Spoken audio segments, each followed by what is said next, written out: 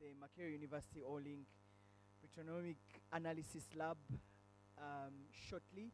We will be beginning. We've been notified that the Minister of Science and Technology and the entourage at the lab itself at Makerere University Hospital has just arrived, so they're just going to have a brief tour of the lab and they'll be joining us here in about 10 minutes. So I do apologize that we will be beginning a little bit past schedule, but we beg for your patience. Thank you all for coming today as we launch the Olink Proteomics Lab. I was asking people, why didn't we call it Proteomic Lab? Because it's proteins. I mean, there are people who are going to be presenting to you in detail, and I am seated amidst greatness because before us are researchers, doctors, as medical students, are surgeons, cardiologists, gynecologists. I absolutely cannot wait to hear what you think about this Olink Lab. The little I know about the lab, and we will shortly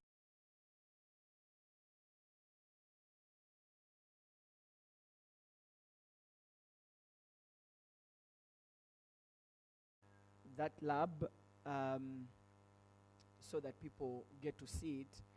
But I've been informed that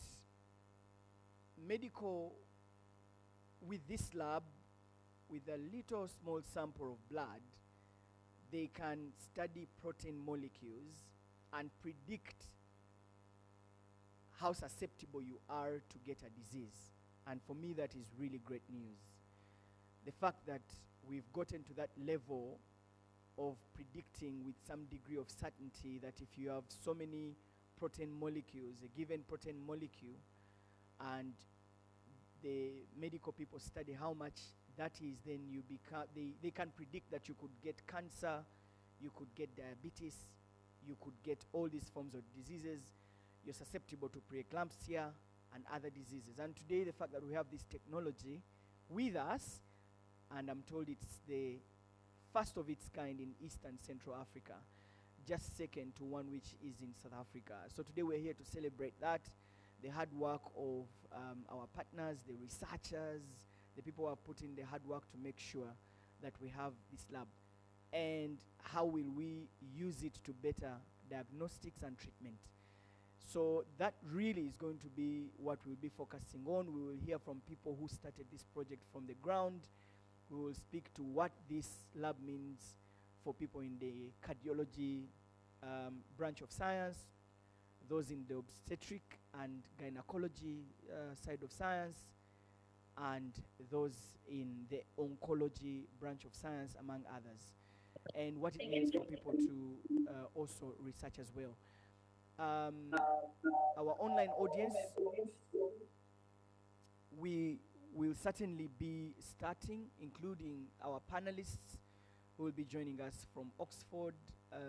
Please, we ask for your patience. We will be beginning in about 10 minutes as we wait for the entourage to come from Makerere University Hospital. Good afternoon. Say hello to your neighbor, and to the technical team. Can we just, for the meantime, play the Olink Lab and so that the people here can see it as the minister is officially launching it at Makerere University Hospital. Please.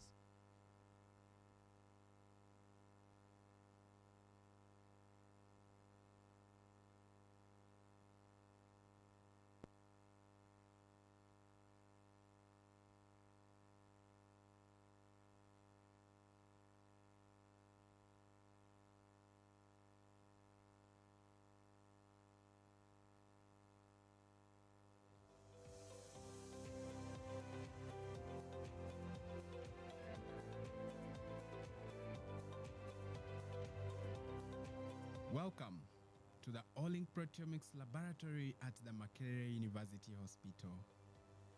a state-of-the-art facility that marks a significant milestone in advancing biomarker research in Africa.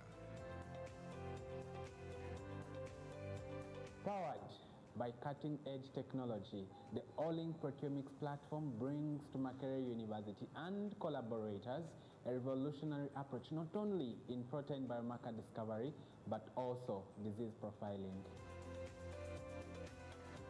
Makerere University is committed to achieving her goal of being a research-led and research-intensive university for the purposes of looking for solutions for Uganda's and Africa's development. And particularly in the area of health, we are introducing the Olink laboratory, a state-of-the-art laboratory in the area of medicine. It is going to be the second lab on the African continent.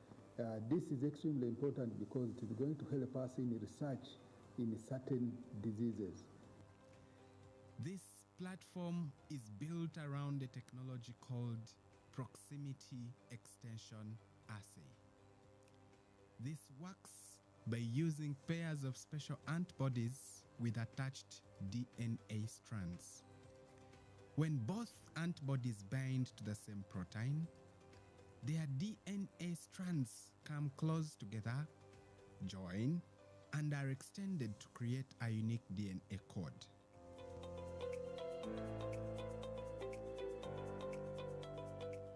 The unique DNA code is then measured using qPCR or next-generation sequencing.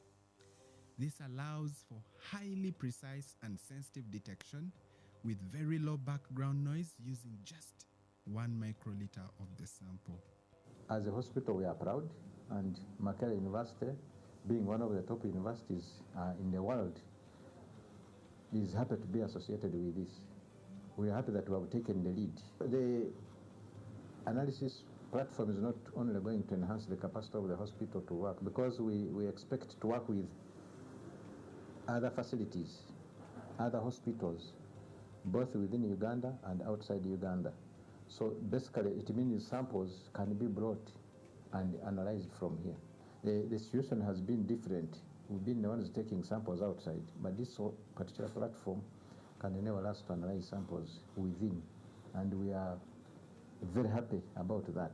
The Olink platform allows researchers to measure hundreds of the proteins at the same time across many biological pathways.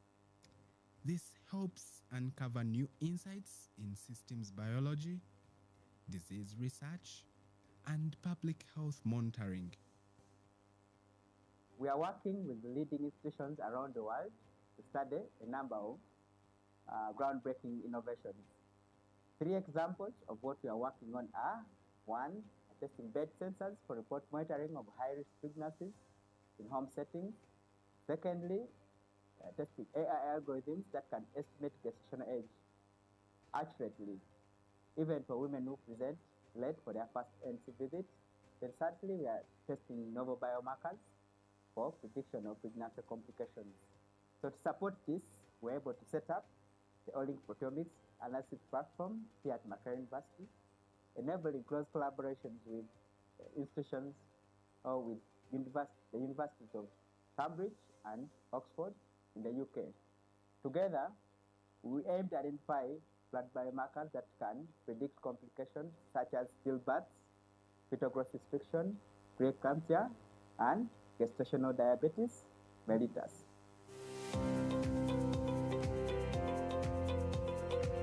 Our goal was clear: to create a laboratory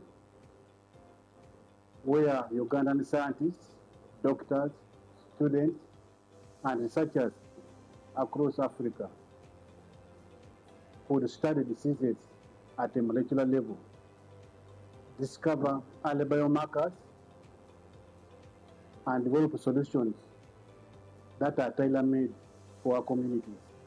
With the Olink platform, researchers can now analyze thousands of proteins simultaneously, gaining unprecedented insight into the biology of diseases such as cancer, HIV, TB, malaria, cardiovascular diseases, metabolic syndromes, the emerging and emerging infectious diseases.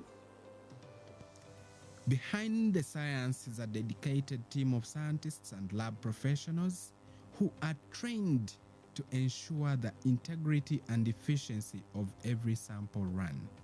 Olink utilizes proximity extension assay, which involves three main steps. That is the incubation step, extension step, and the detection step. During the incubation step, antibody pairs tagged with unique DNA sequences are introduced into the samples.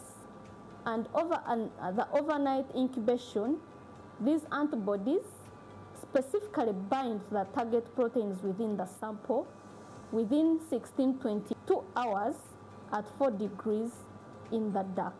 I'll take you through step 2, which is the extension and amplification step. This step takes place the following day in the morning, and we use the incubation plate that has been incubating for several hours overnight. During this step, unique DNA reporter sequences are generated for different target proteins and pre-amplified using regular PCR. In the Olink analysis workflow, the detection step is a critical final phase where presence and relative quantity of target proteins are measured. This step quantifies the DNA reporters formed after specific antibody binding for each biomarker using high-throughput real-time qPCR on the Olink signature Q100 system. And this forms the foundation for the highly multiplexed, sensitive, and specific protein profiling that is enabled by Olink.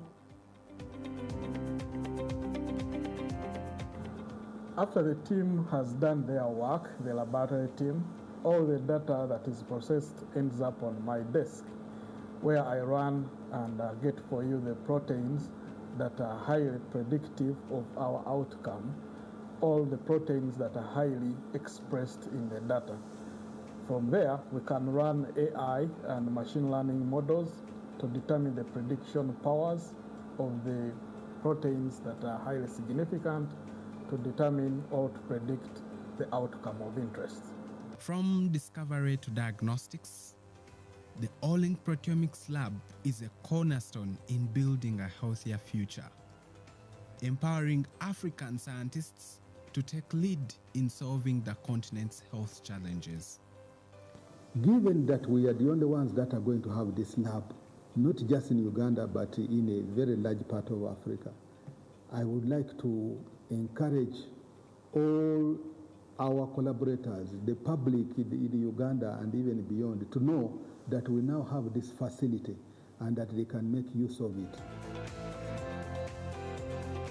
This is not just a lab, it's a gateway into innovation, collaboration, and significant impact to Uganda, Africa, and globally.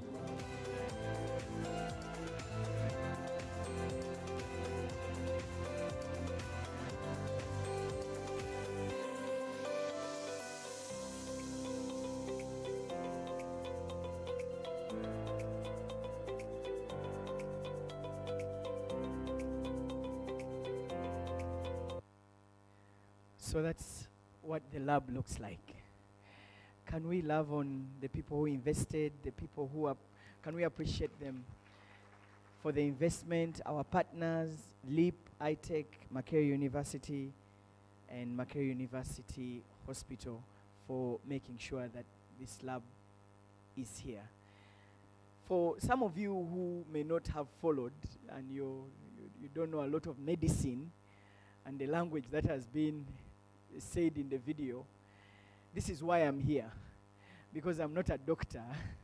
My job here today is to make sure that the science is broken down to the very little substance that you can consume and understand how it is important for us to have this lab in Uganda for better diagnostics and treatment. And from what you have just watched, I mean, I have a panel, a very strong panel for you that will be joining us shortly But Christoph, you come here. Come and I ask you a few questions as we try to wait for the team to come. Do you want to sit here? Must you? Yes, you should. I'll just ask a few questions just for my audience as we wait for the official opening.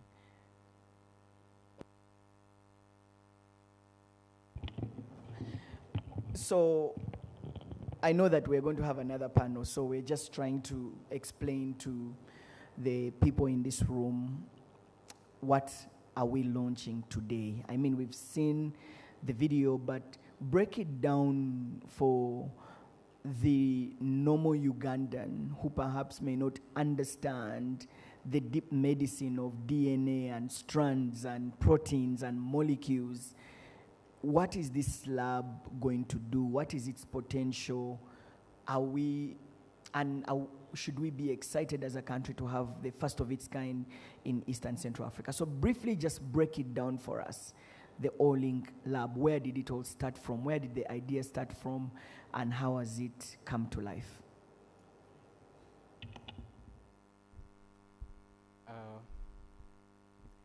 Thank you very much, Solomon. Do you want to use this? Okay. Thank you very much, Solomon, for this. I think already you've tried to give a quick perspective which the people or our guests that we have here today are actually expecting. I would like to as well use this opportunity to especially thank all of you for showing up. And then I'll drive straight into what Olink means. Firstly, why we all have gathered here is because it is a unique kind of lab. Unique in two senses. The first, because it is the first automated lab, proteomics lab in Africa. There is another kind of lab. It's in South Africa, but it lacks the automation bit of it. So Uganda, and specifically Makerere University, hosting it at Makerere University Hospital, is providing this as the first in Africa. The second way, but what do you mean? What do you mean automated? Okay, automated means that, as we all know, or some of us might be familiar with, usually we rely on our lab professionals who, after collecting a sample, they have then to, whichever machine or whatever test they have to run, they give it the instructions and then have to wait if there is a change of one sample from one machine to another, such that other tests are as well run. All that is reliable on the human resource or the person who is around, the lab scientist, the lab professional in that particular lab. But what Olink brings on board, specifically the Olink Proteomics Lab at Makerere University Hospital, is that work, that selection of a small microliter of a sample, as small as, we use pipettes to pick samples. But in this case, you only need to type in instructions, and then the machine, which is actually a robot, receives those instructions and is able to pick the exact amounts of the samples that you need and then run the other tests as you have instructed it. So that's how the automation comes in. It's a robot kind of like, you only give it instructions and it is able to do the steps while you are only watching and following.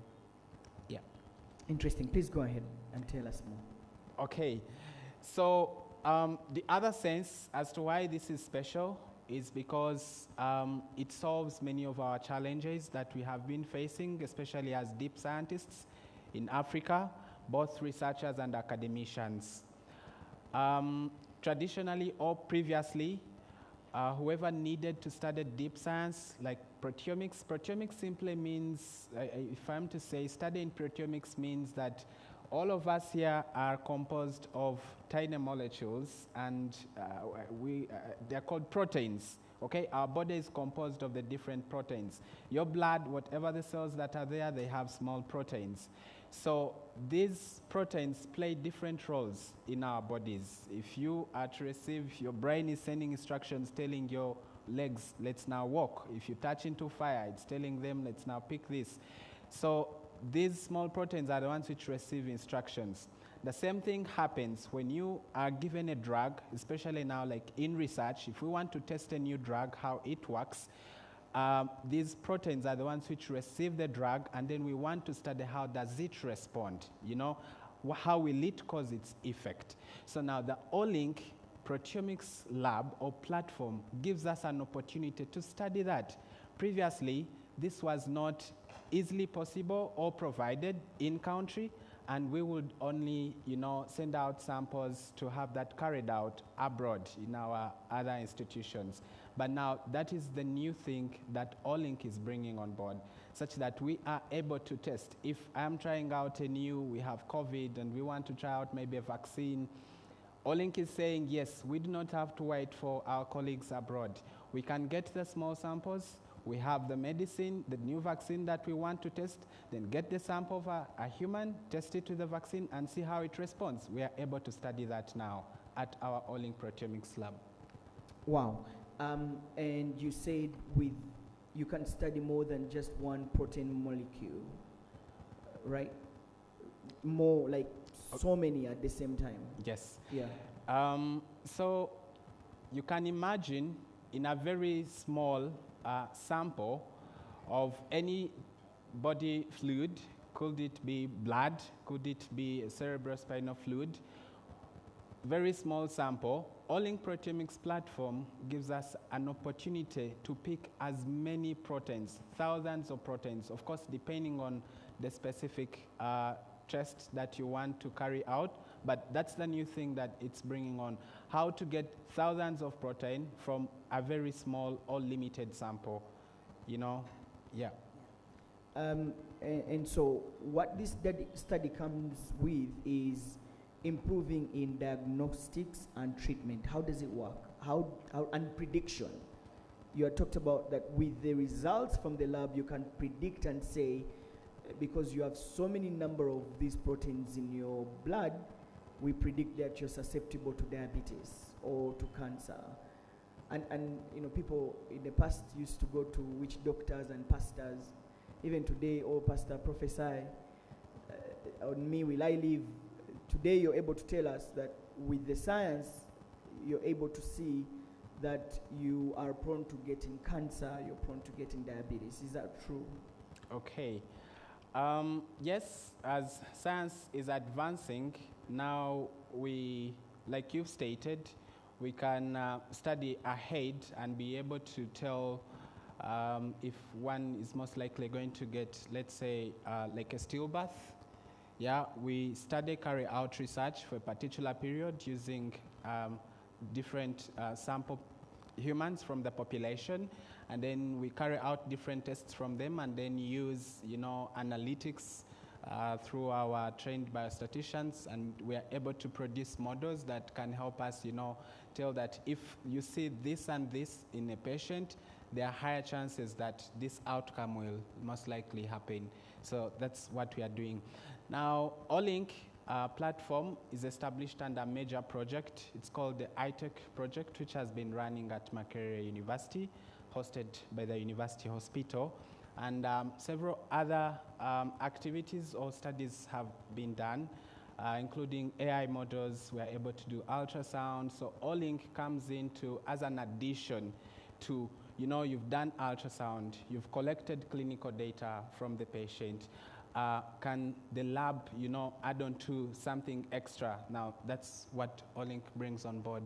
So in the whole prediction, we want to look at the human as a whole. If you've collected their history, their clinical data, if you have maybe done ultrasound, and then the lab comes in. As of now, Olink is going to be largely for research, not necessarily diagnostics, but the end result will be to support diagnostic tools that can help us predict such outcomes. And that was going to be my next question, because I mean, yes, research, it's amazing that this lab is here, and the scientists will be using it to study, you know, these proteins and how they react to the medicines and vaccines.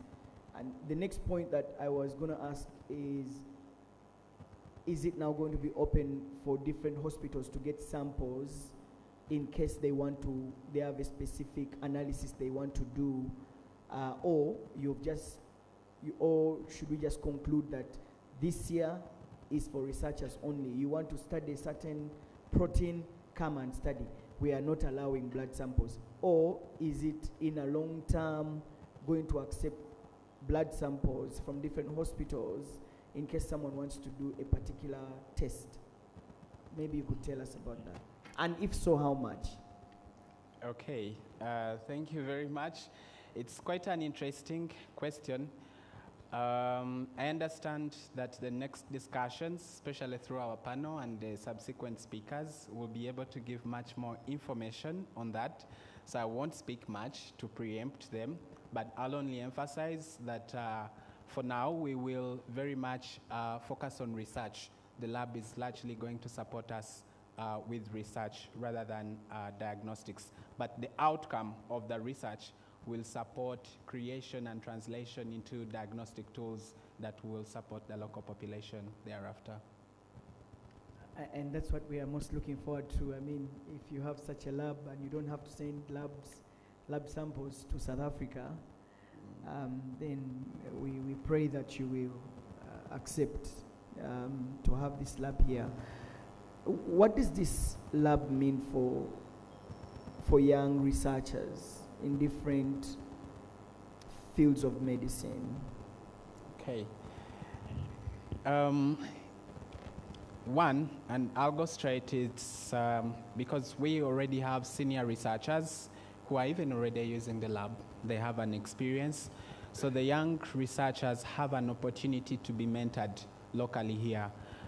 Other than having to wait, for such a heavy grant and get funded to go abroad and then be able to study, if they have interest in proteomics, soon maybe we'll have genomics as well. So the young researchers will have an opportunity to collaborate with the senior researchers who will at least have the capacity to use the lab as of now. And we also have collaborators from sister institutions in the UK and in the US. We have the leaders of research, like the Medical Research Council on board here in Uganda. So having the young researchers who are interested in proteomic studies, they will have an opportunity to tap into those pre-existing collaborations, other than starting from scratch, and sometimes it gets difficult. Thank you. The students are looking at you, and some of them are saying, will it be for free, or will we have to pay a little coin, or what does it mean for students? Oh, that's a question for another day. I'm sorry I'm holding you here, but yeah. I think through today's whole presentations, it's something that we need to remain hopeful that will be answered. So I would like to leave you hanging on that, because it's a necessary answer that will come out from the subsequent presentations. Thank you. Thank you very much. Can we love on him? Let's give him a round of applause. Thank you a lot. I just grabbed his hand and just brought him here. Please, you can leave. Thank you. Thank you very much.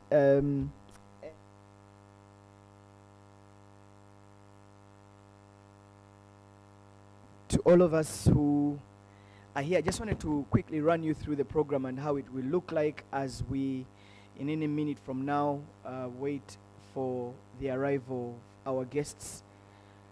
So shortly after the arrival, we will sing the national anthem. After that, we'll have some remarks from Professor Josephat Byamjisha, who is the director of Makerere University Hospital. We'll also have an introduction to Olink, what you need to know about it, and I think that it's going to be deeper than what we have just been discussing here. It will be given by Ole Missing, who is a development manager at Olink. We will also hear from Dr. Tarif Awad, who is the chief scientist, head scientific market development at Olink, beyond genomics, how proteomics is transforming precision medicine. we will then get into the current and the future prospects of iTECH. Of course, like we had, iTECH houses the Olink platform, and we will hear from Dr. Sam Ali, who is the principal investigator at the iTECH project. We will also hear from our main sponsors, and that's Leap, Wellcome Leap, and they will really take us into our keynote address by Professor Sarah Stock, who is the programs director at Wellcome Leap. We'll have a panel discussion that will bring on board different speakers, including Professor Moffat Nyirenda, who is the director at the Medical Research Council. Dr. Amy Okello will be speaking to us. Dr. Amy is the director of the Cardiac Cath Lab at the Uganda Heart Institute. We'll also have Professor Annette Nachimuli, who is the Dean of the School of Medicine at Makerere University. Dr. Susan Nabada, who is the Commissioner of the National Health Laboratories and Diagnostic Services under the Ministry of Health, as well as Professor Aris Papagio, who is the director at Oxford Maternal and Perinatal Health Institute in the UK. We'll also speak with Professor Stephen Channock-Jones. He's a professor of reproductive biology at the University of Cambridge. And we will have remarks from the Director General of Health Services at the Ministry of Health, Dr. Charles Olaro, and Professor Bruce Chirenga will give his remarks. Professor Chirenga is the principal at Makerere University College of Health Sciences. We also are privileged to be having the Vice Chancellor speak to us, Professor Barnabas Nawangwe. And the final remarks will be given by Dr. Monica Musenero, who is the Minister for Science, Technology, and Innovations. For now, we will just keep our eyes on the door and ensure that our guests arrive. Maybe the DJ can give us some soft music. Thank you all for coming. Say hello to your neighbor, find out what their name is, and exchange a card. Shortly, we will also be serving coffee outside.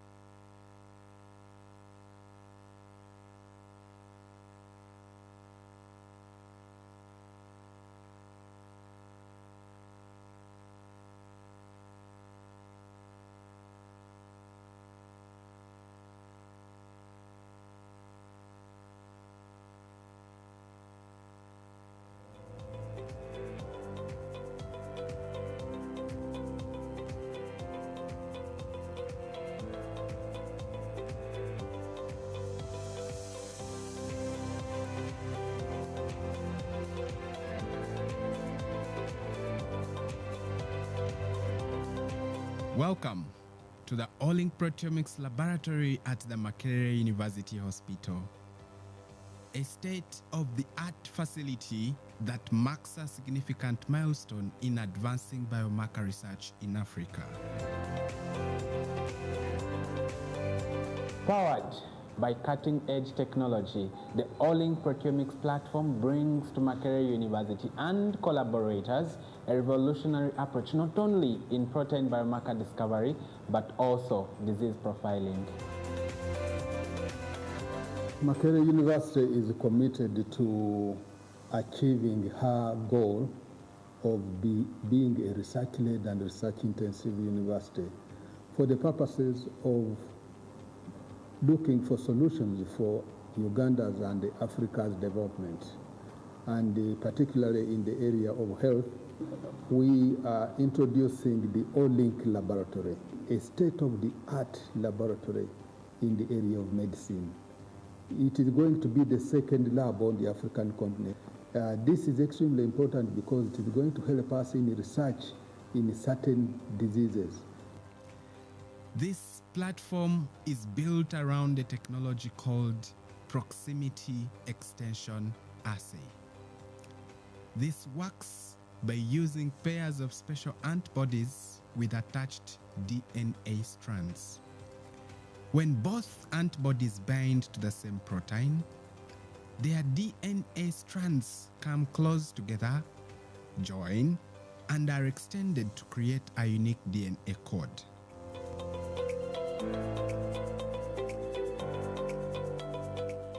The unique DNA code is then measured using qPCR or next-generation sequencing. This allows for highly precise and sensitive detection with very low background noise using just 1 microliter of the sample.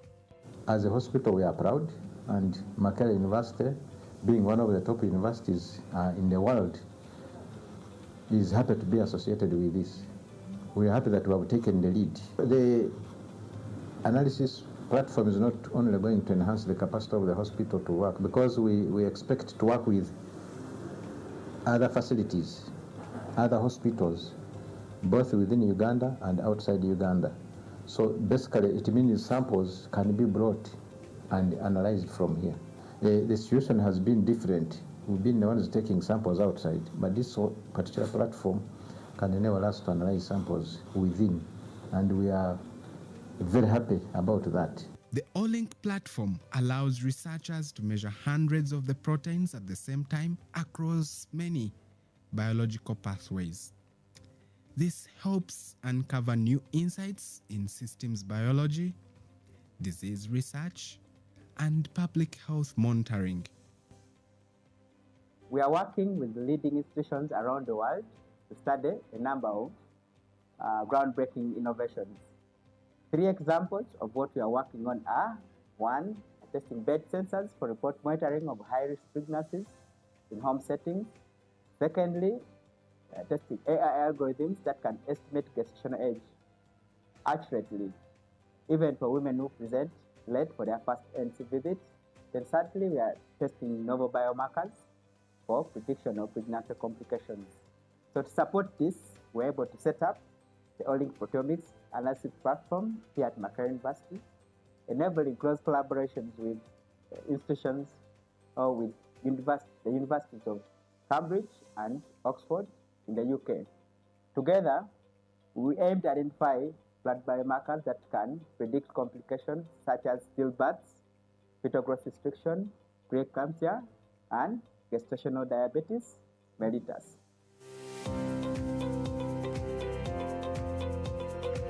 Our goal was clear: to create a laboratory where Ugandan scientists, doctors, students, and researchers across Africa could study diseases at a molecular level, discover early biomarkers, and develop solutions that are tailor-made for our communities. With the Olink platform, researchers can now analyze thousands of proteins simultaneously, gaining unprecedented insight into the biology of diseases such as cancer, HIV, TB, malaria, cardiovascular diseases, metabolic syndromes, the emerging infectious diseases. Behind the science is a dedicated team of scientists and lab professionals who are trained to ensure the integrity and efficiency of every sample run. Olink utilizes proximity extension assay, which involves 3 main steps. That is the incubation step, extension step, and the detection step.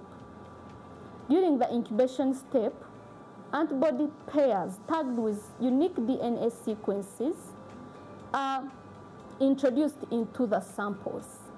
And the overnight incubation, these antibodies specifically bind the target proteins within the sample within 16-22 hours at 4 degrees in the dark. I'll take you through step 2, which is the extension and amplification step. This step takes place the following day in the morning, and we use the plate, incubation plate, that has been incubating for several hours overnight. During this step, unique DNA reporter sequences are generated for different target proteins and pre-amplified using regular PCR. In the Olink analysis workflow, the detection step is a critical final phase where presence and relative quantity of target proteins are measured. This step quantifies the DNA reporters formed after specific antibody binding for each biomarker using high-throughput real-time qPCR on the Olink signature Q100 system. And this forms the foundation for the highly multiplexed, sensitive, and specific protein profiling that is enabled by Olink. After the team has done their work, the laboratory team, all the data that is processed ends up on my desk, where I run and get for you the proteins that are highly predictive of our outcome, all the proteins that are highly expressed in the data. From there, we can run AI and machine learning models to determine the prediction powers of the proteins that are highly significant to determine or to predict the outcome of interest. From discovery to diagnostics, the Olink Proteomics Lab is a cornerstone in building a healthier future, empowering African scientists to take lead in solving the continent's health challenges. Given that we are the only ones that are going to have this lab, not just in Uganda, but in a very large part of Africa, I would like to encourage all our collaborators, the public in Uganda and even beyond, to know that we now have this facility and that they can make use of it. This is not just a lab, it's a gateway into innovation, collaboration, and significant impact to Uganda, Africa, and globally.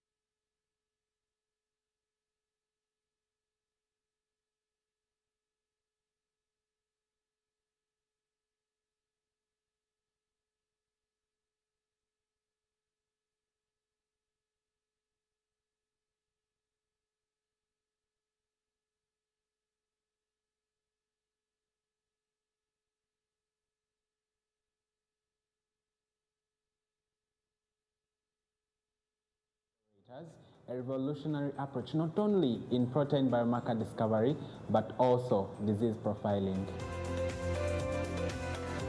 Makerere University is committed to achieving her goal of being a research-led and research-intensive university for the purposes of looking for solutions for Uganda's and Africa's development, and particularly in the area of health.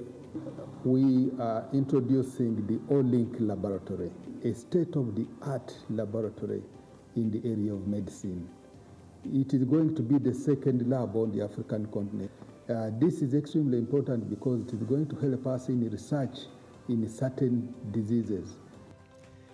This platform is built around a technology called proximity extension assay. This works by using pairs of special antibodies with attached DNA strands. When both antibodies bind to the same protein, their DNA strands come close together, join, and are extended to create a unique DNA code.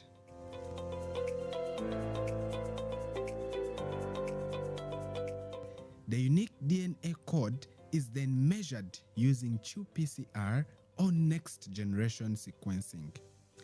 This allows for highly precise and sensitive detection with very low background noise using just 1 microliter of the sample. As a hospital, we are proud, and Makerere University, being one of the top universities in the world, is happy to be associated with this. We are happy that we have taken the lead. The analysis platform is not only going to enhance the capacity of the hospital to work, because we expect to work with other facilities, other hospitals, both within Uganda and outside Uganda. So basically it means samples can be brought and analyzed from here. The situation has been different. We've been the ones taking samples outside, but this particular platform can enable us to analyze samples within, and we are very happy about that. The Olink platform allows researchers to measure hundreds of the proteins at the same time across many biological pathways. This helps uncover new insights in systems biology, disease research, and public health monitoring. We are working with leading institutions around the world to study a number of groundbreaking innovations. 3 examples of what we are working on are: 1, testing bed sensors for remote monitoring of high-risk pregnancies in home settings. Secondly, testing AI algorithms that can estimate gestational age accurately, even for women who present late for their first NC visit. Then thirdly, we are testing novel biomarkers for prediction of pregnancy complications.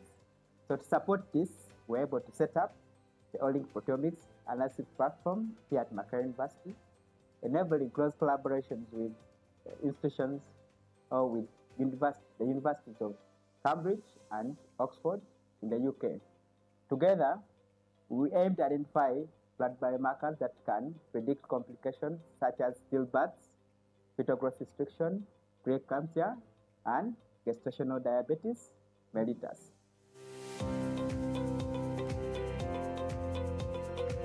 Our goal was clear: to create a laboratory where Ugandan scientists, doctors, students, and researchers across Africa would study diseases at a molecular level, discover early biomarkers, and develop solutions that are tailor-made for our communities.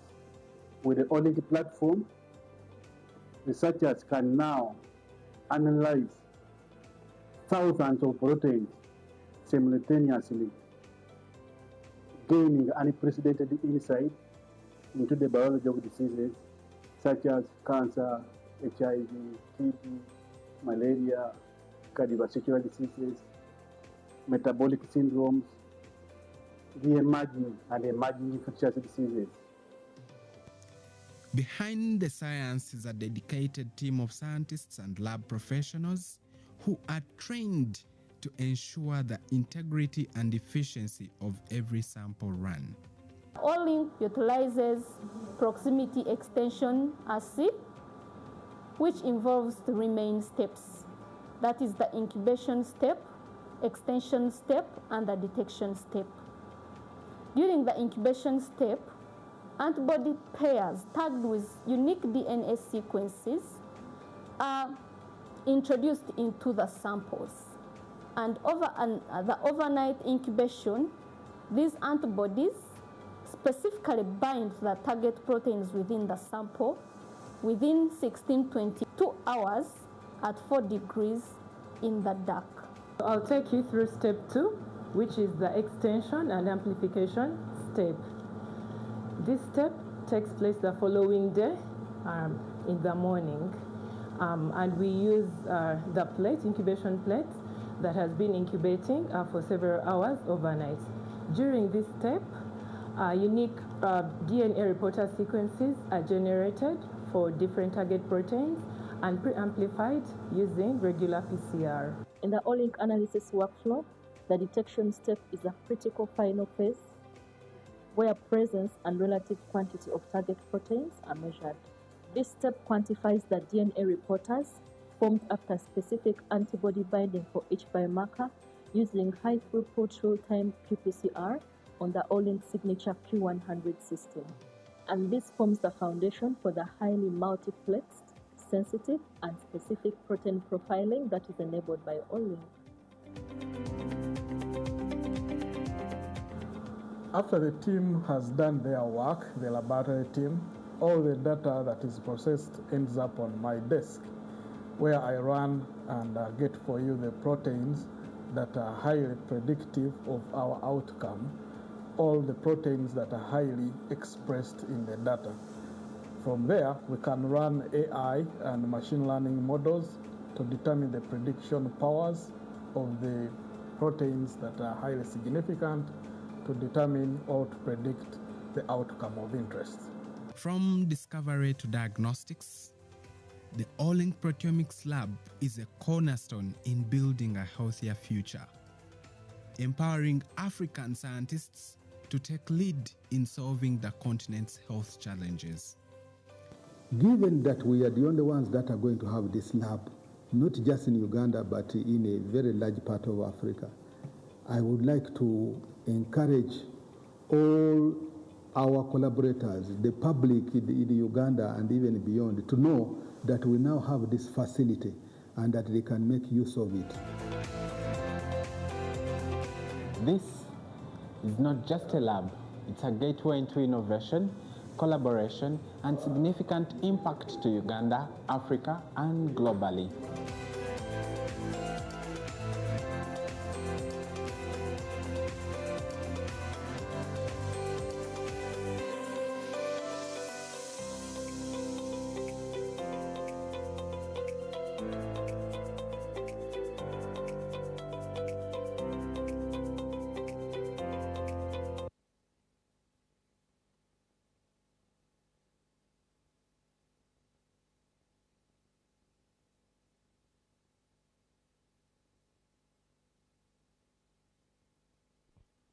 Check, check.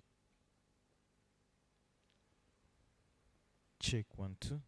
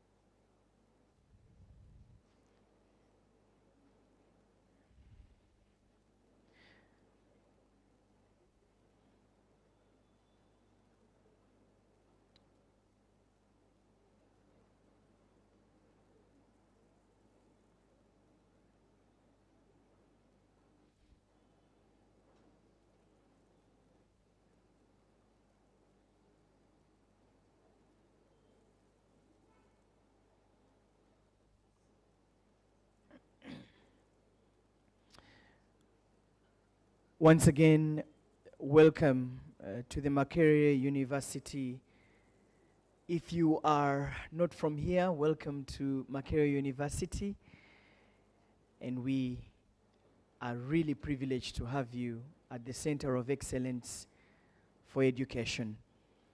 Can we stand up and honor the arrival of the Minister, Honorable Minister of Science, Technology and Innovation, the Honorable Dr. Monica Musenero, you're very welcome. The Director General of Health Services, Dr. Charles Olaro, you're very welcome. Professor Bruce Chirenga, you're very welcome. Thank you all for coming. Professor Josephat Byamjisha, you're very welcome. And all our dear guests, please take your seats. Should we actually get started already? Welcome everyone. Thank you so much for coming today as we launch the Olink Lab. Once again, it's such an honor to have you. We want to say a special thank you to all our partners who have made this day and this dream come to life.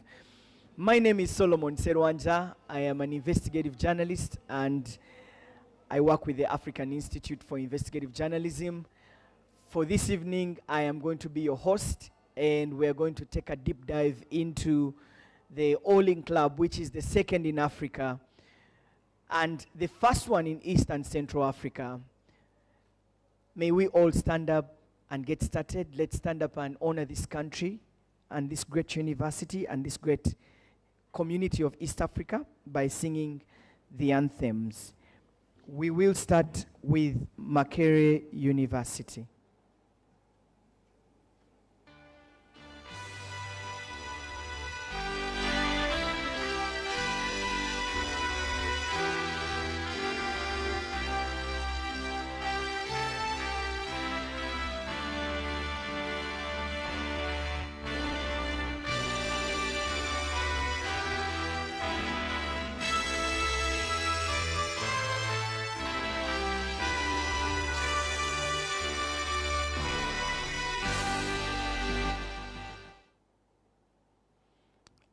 Let's have the Makerere University, or the East African anthem, beg your pardon.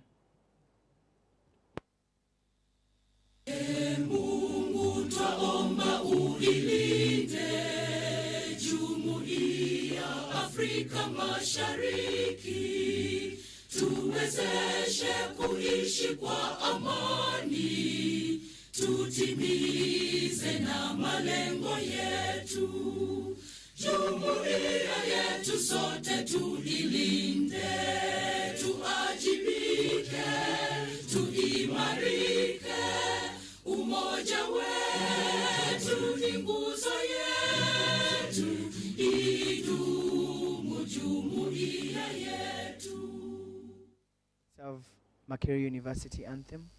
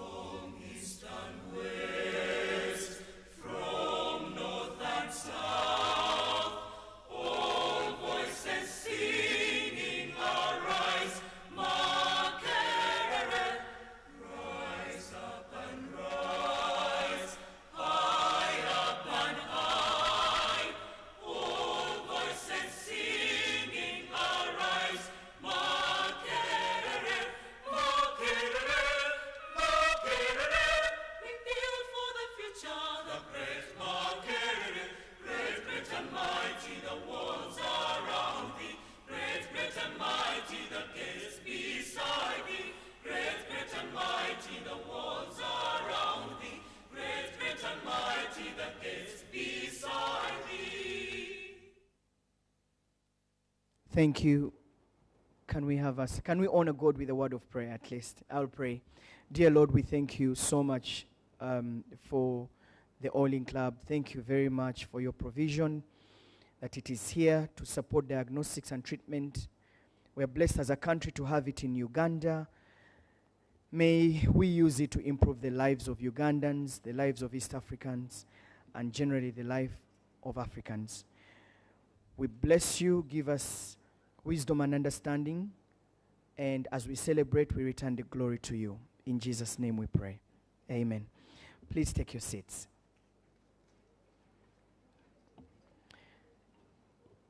The Minister of Science and Technology, the Honorable Dr. Monica Musenero, thank you for making time to come. I am alive to the fact that today is the State of the Nation address, and I can imagine that you had to be at Kololo and listen to the head of state deliver, and yet your heart was here with us. So we appreciate you for making time to come for the launch of the Olink Lab.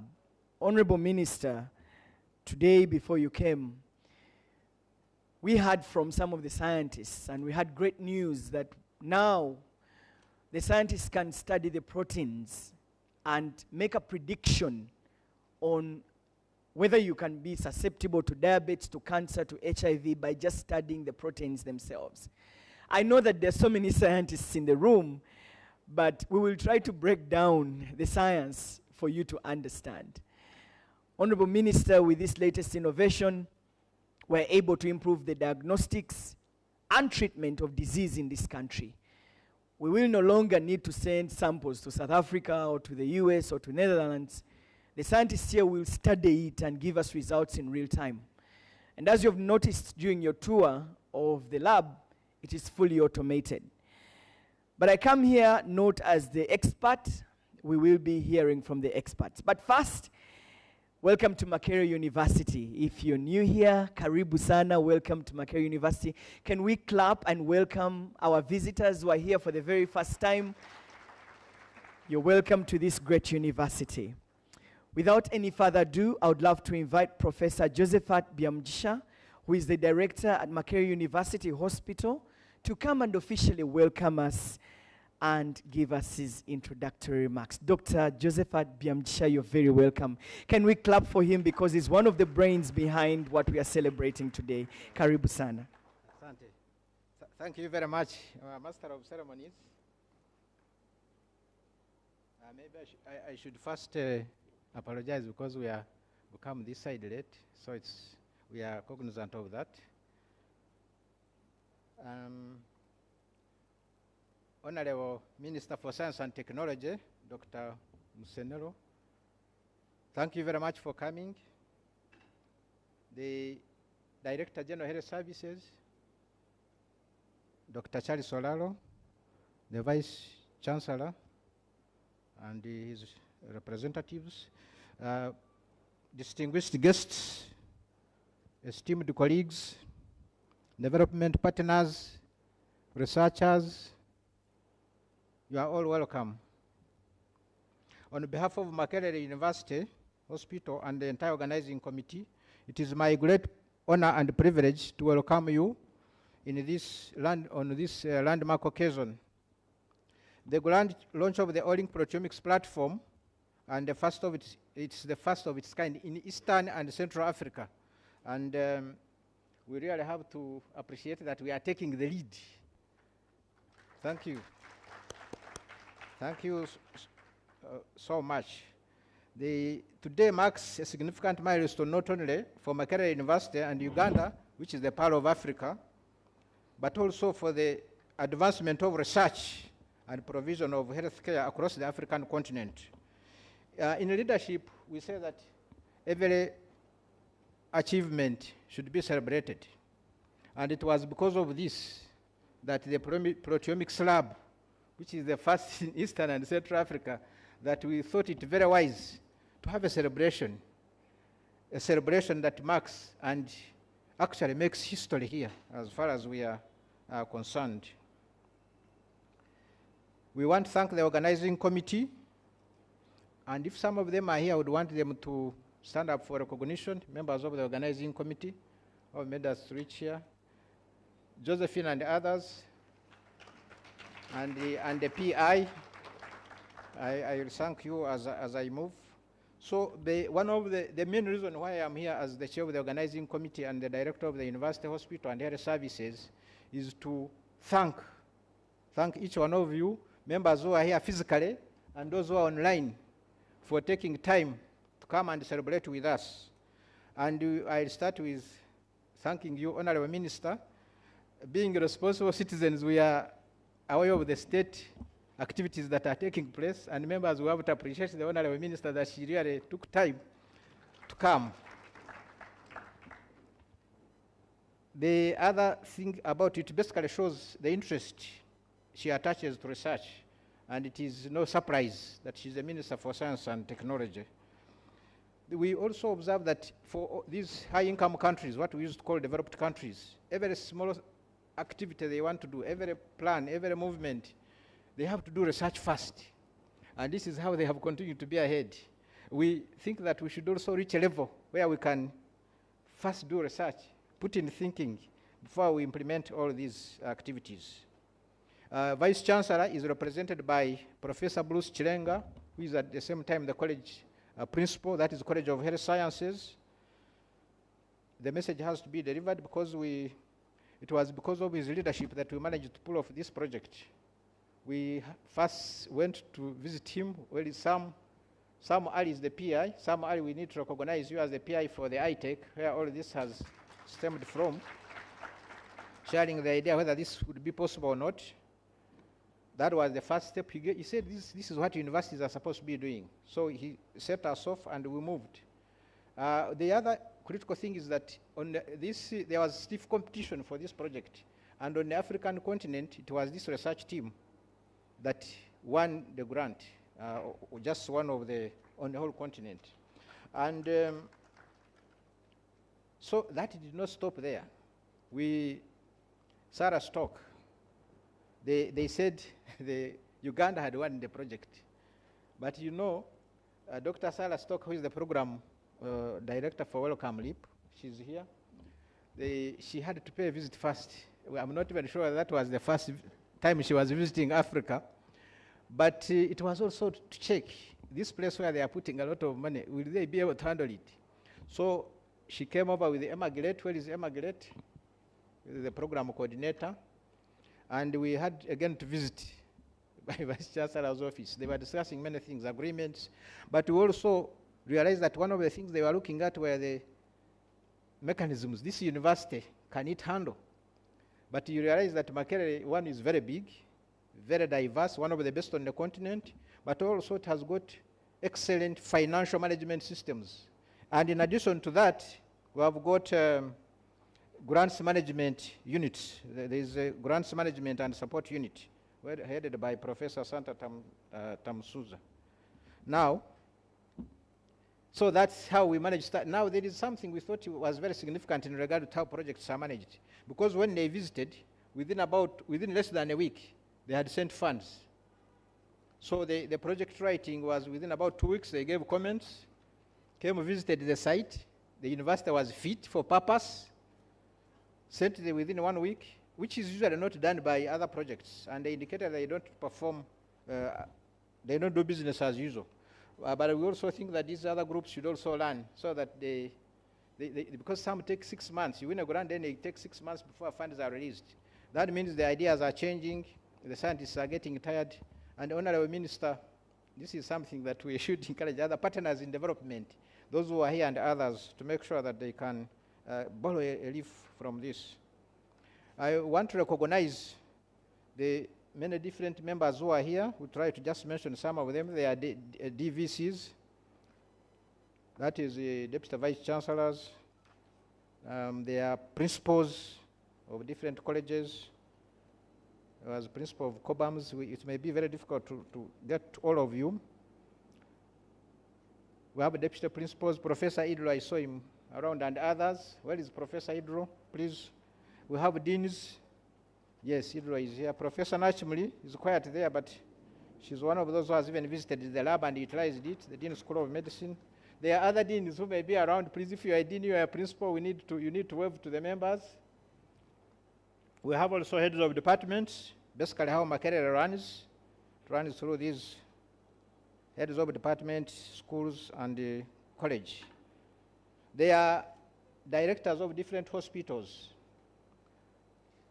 And well, we can start with Kawempe. Kawempe National Referral Hospital was the first one to accept. This research we were talking about was done in Mbale Regional Referral Hospital, Lila, Huima, and the Kawempe National Referral Hospital.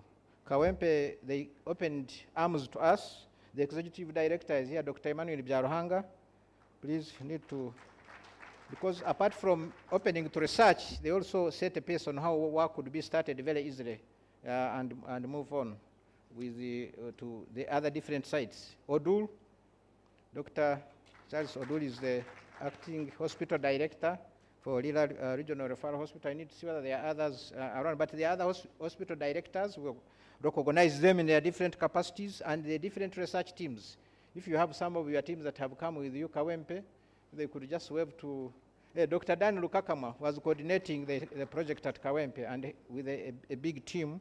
Odul, and Odul, you have, yeah, there are some people, even if they don't, but yeah, there is another big team there. And these other hospitals, Mbale, there are some people who have represented Mbale. Yes, thank you for coming.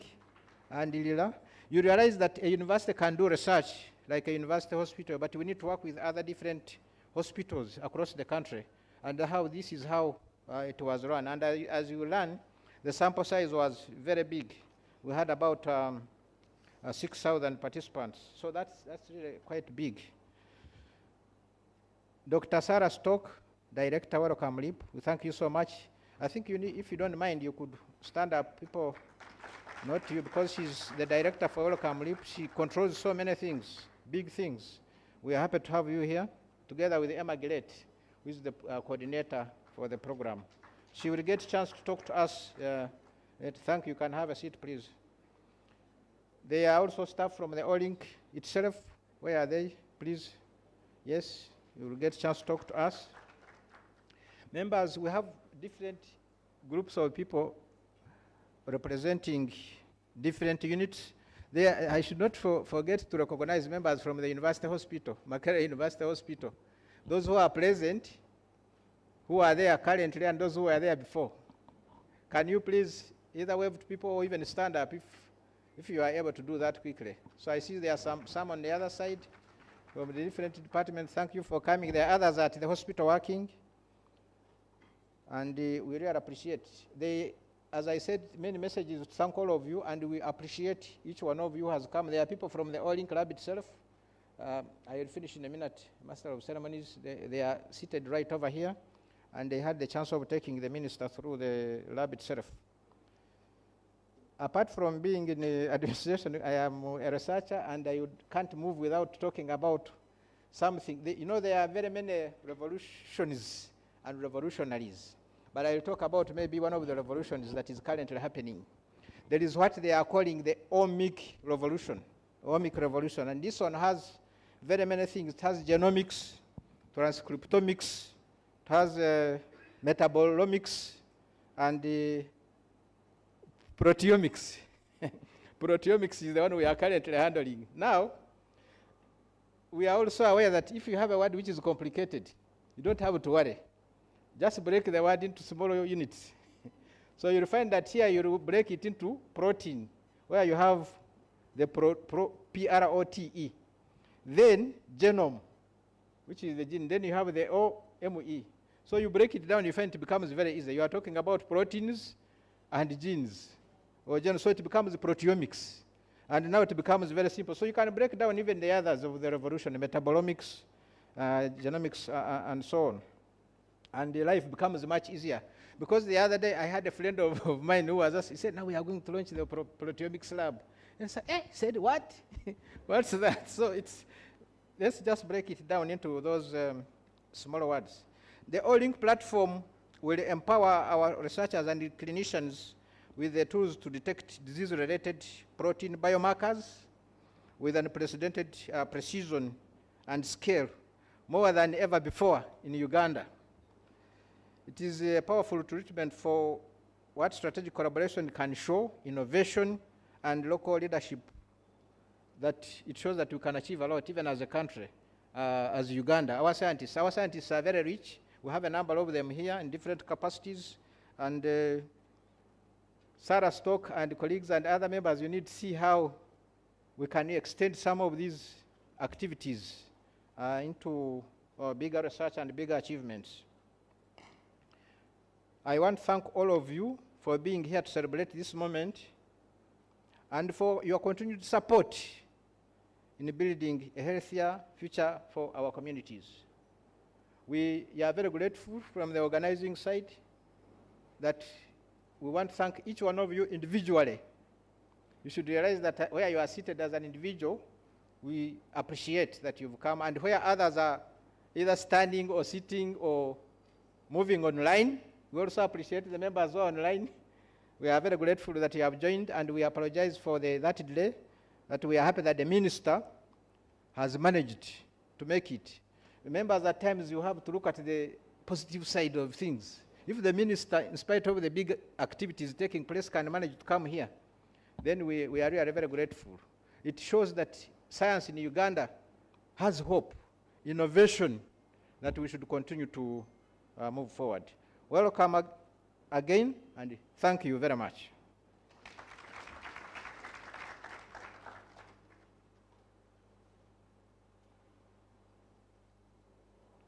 Proteomics. Proteomics, the study of proteins and genes.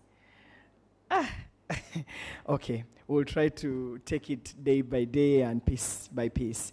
That's Professor Joseph Adbiamchisha, the director at Makerere University Hospital. Thank you very much. We want to really know more about the Olink Proteomics Lab, the know-how, the tweaks and turns around it, how it works, and we are privileged to be having Ole Mensing, who is the development manager at Olink. So you're very welcome, Ole. Karibu.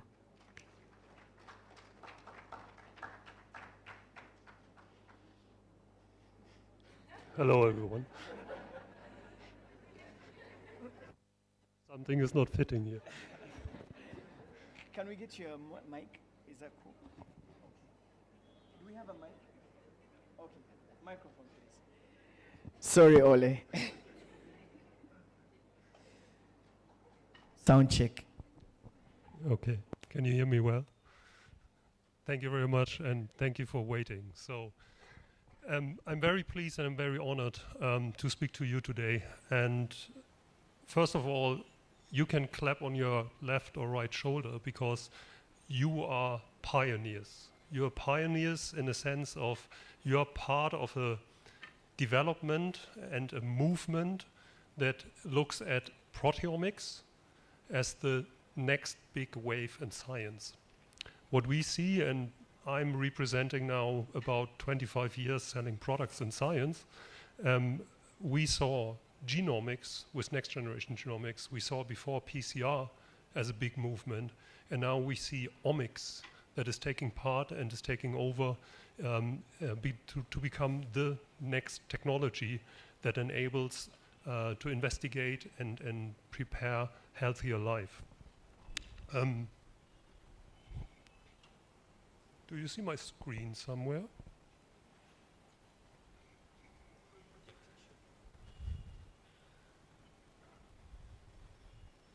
Ah, perfect. So what you see on the screen, what looks like stars, is actually the human reactome, which is the functional networking of proteins and pathways represented in the human body. And it's separated, there are 29 of this kind of networks, and they are representing different functional interactions, diseases, metabolome, DNA repair, and so on and so on. And every dot that you see is representing one specific protein with its function. We are talking now about proteins.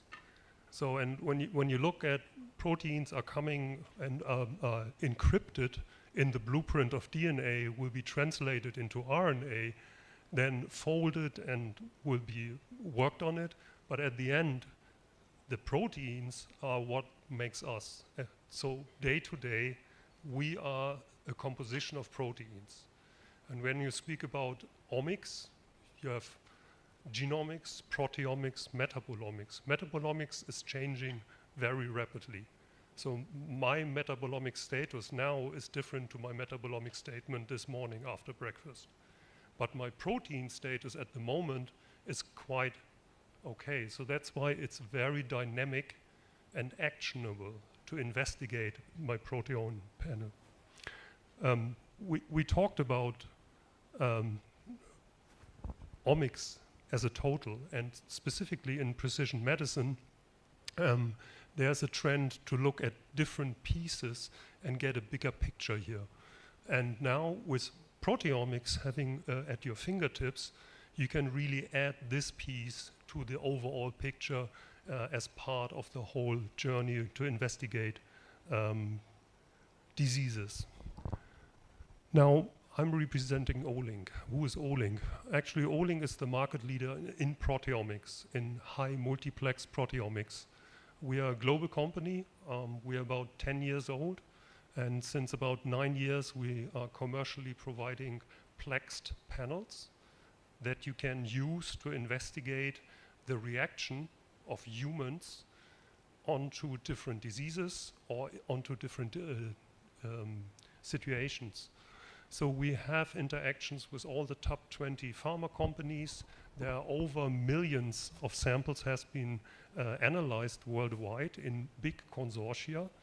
And what is more important now, now we have Uganda and Kampala and the University of Makerere as one of the service providers that can provide this technology in the region, which is super great.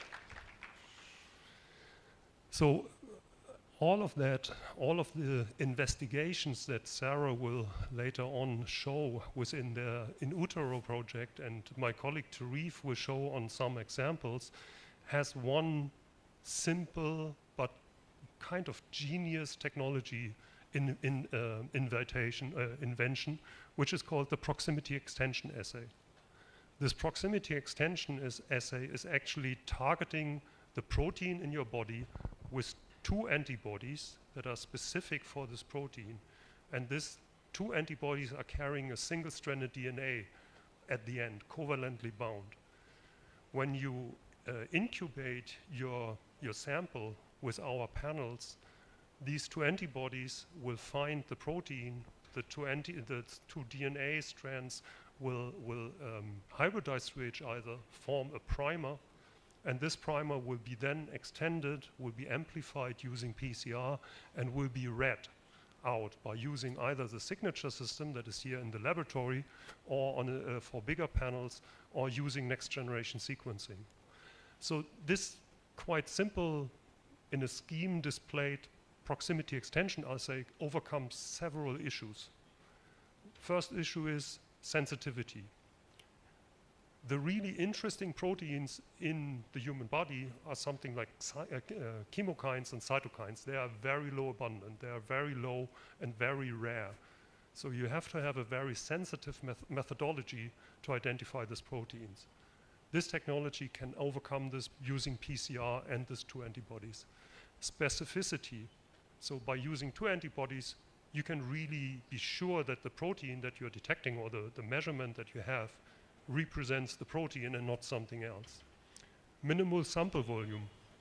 There are other technologies in the world or around where you can do protein investigation, but you might use 100 microliters or more. And when you have very precious samples like mice, or when you have very precious samples like tears, then you really need to have a technology that enables you to run this very small volumes.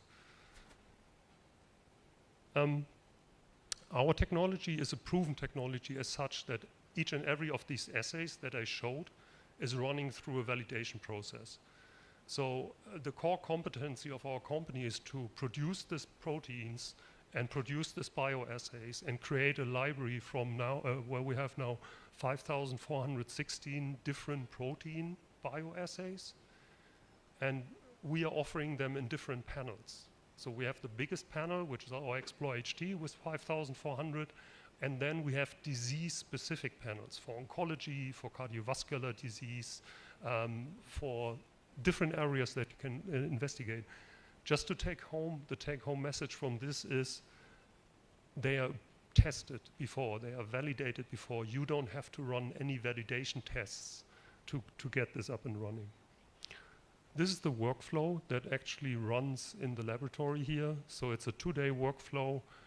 For the smaller plex panels, we are using this little nice white machine on the top, which is the signature Q100 system. And when you now look at a scheme or at an idea how to identify proteins as biomarkers. So how do you can find out that specific biomarkers are associated to a disease? What you're actually doing is you're starting on the left side with large-scale discovery tools or large-scale discovery projects. And a very good example for this is the UK Biobank pharma proteome project, where they used 50,000 samples. They run a big panel, and then they were able to identify, without a hypothesis, associations between diseases and proteins.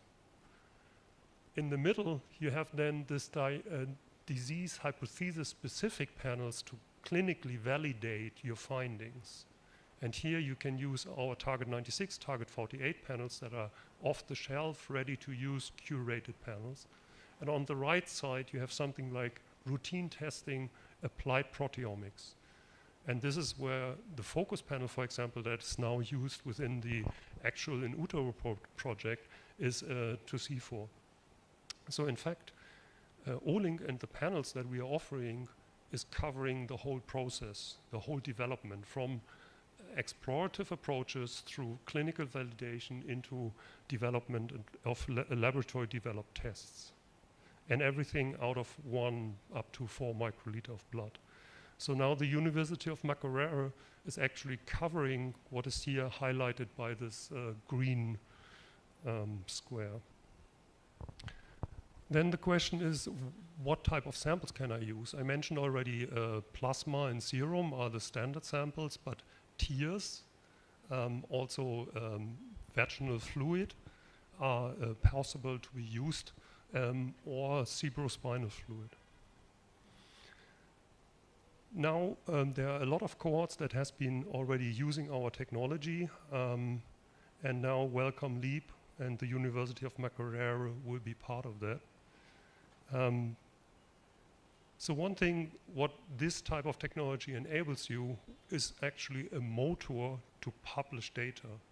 And based on the UK Biobank data project, there were about 150 papers coming out in a time frame of roughly 1 year. So, and that really is a possibility to speed up your development here.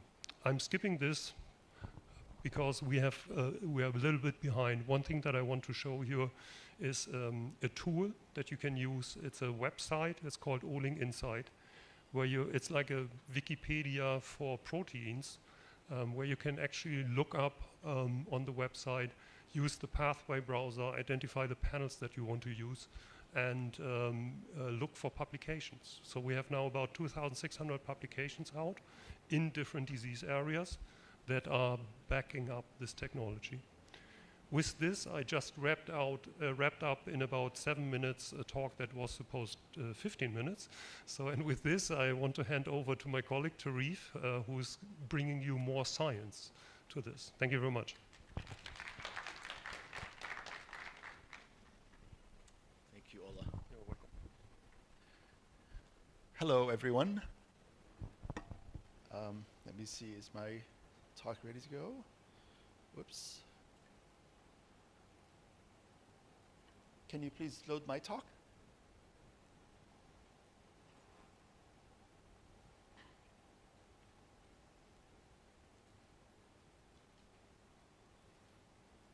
I don't see it.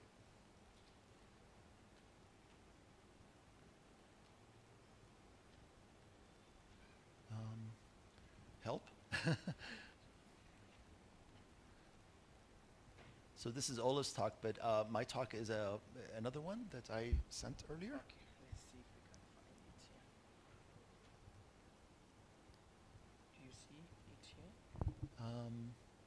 No, I don't see my name. Okay. Is, what did you call it? It's called my name, Tarif. See if we can. I don't think it's in there. Let me see. Olink presentations, maybe here. Yeah. Oh, here I am. Okay. Okay, great. Whew. Yeah. All right. You can put it in slideshow. Okay. Thank you. All right. Hello, everyone. Thank you for inviting us here. It's a great honor to speak to you today. My name is Tarif Awad. I am a scientist. I work for Olink Proteomics. We are now part of Thermo Fisher Scientific. And as Ola said, I will provide you with some examples from the literature of how our technology is being used. I'm going to start by talking about the plasma proteome. This is a gold mine for finding biomarkers that are relevant to health. It's the most easily accessible sample type. It's pretty standard. If you're a clinician, you're familiar with this. A lot of clinical chemistry is done already using blood samples. So the plasma proteome is a very popular sample type that Olink users use because it carries signals and proteins from all organs. During normal life, if you're healthy, you have a variety of different proteins that are circulating. But also, if there is illness, if there's damaged organs, you'll see tissue leakage proteins that are indicative of that disease that are specific to that organ. So it's a great place to hunt for biomarkers that reflect disease. So you already saw this slide from Ola. What I'm going to actually focus on is that middle portion, the disease-specific research that's being done with proteomics. And I want to, again, demonstrate to you that using proteomics, you can answer some really important questions relevant to specific diseases. So I'm going to start with actually this slide. This came from the UK Biobank study that Ola mentioned earlier, where they did a very large proteogenomic study, population-wide, and they actually looked across a variety of different diseases. So this was a hypothesis-free discovery experiment. But what I want to demonstrate to you is that look at all of the different disease categories that are showing results. Every dot that you see is a specific protein. So what's on the y-axis is significance, meaning a dot that's higher up is more significant. And then again, you have the disease categories at the bottom. Every dot that has a name, like GDF15, for example, those are known biomarkers. So those essentially serve as positive controls for that disease category. But now notice how many dots actually don't have names. These are all unknowns, opportunities to discover novel biomarkers that are associated with the various disease categories. So let's take a look at some examples.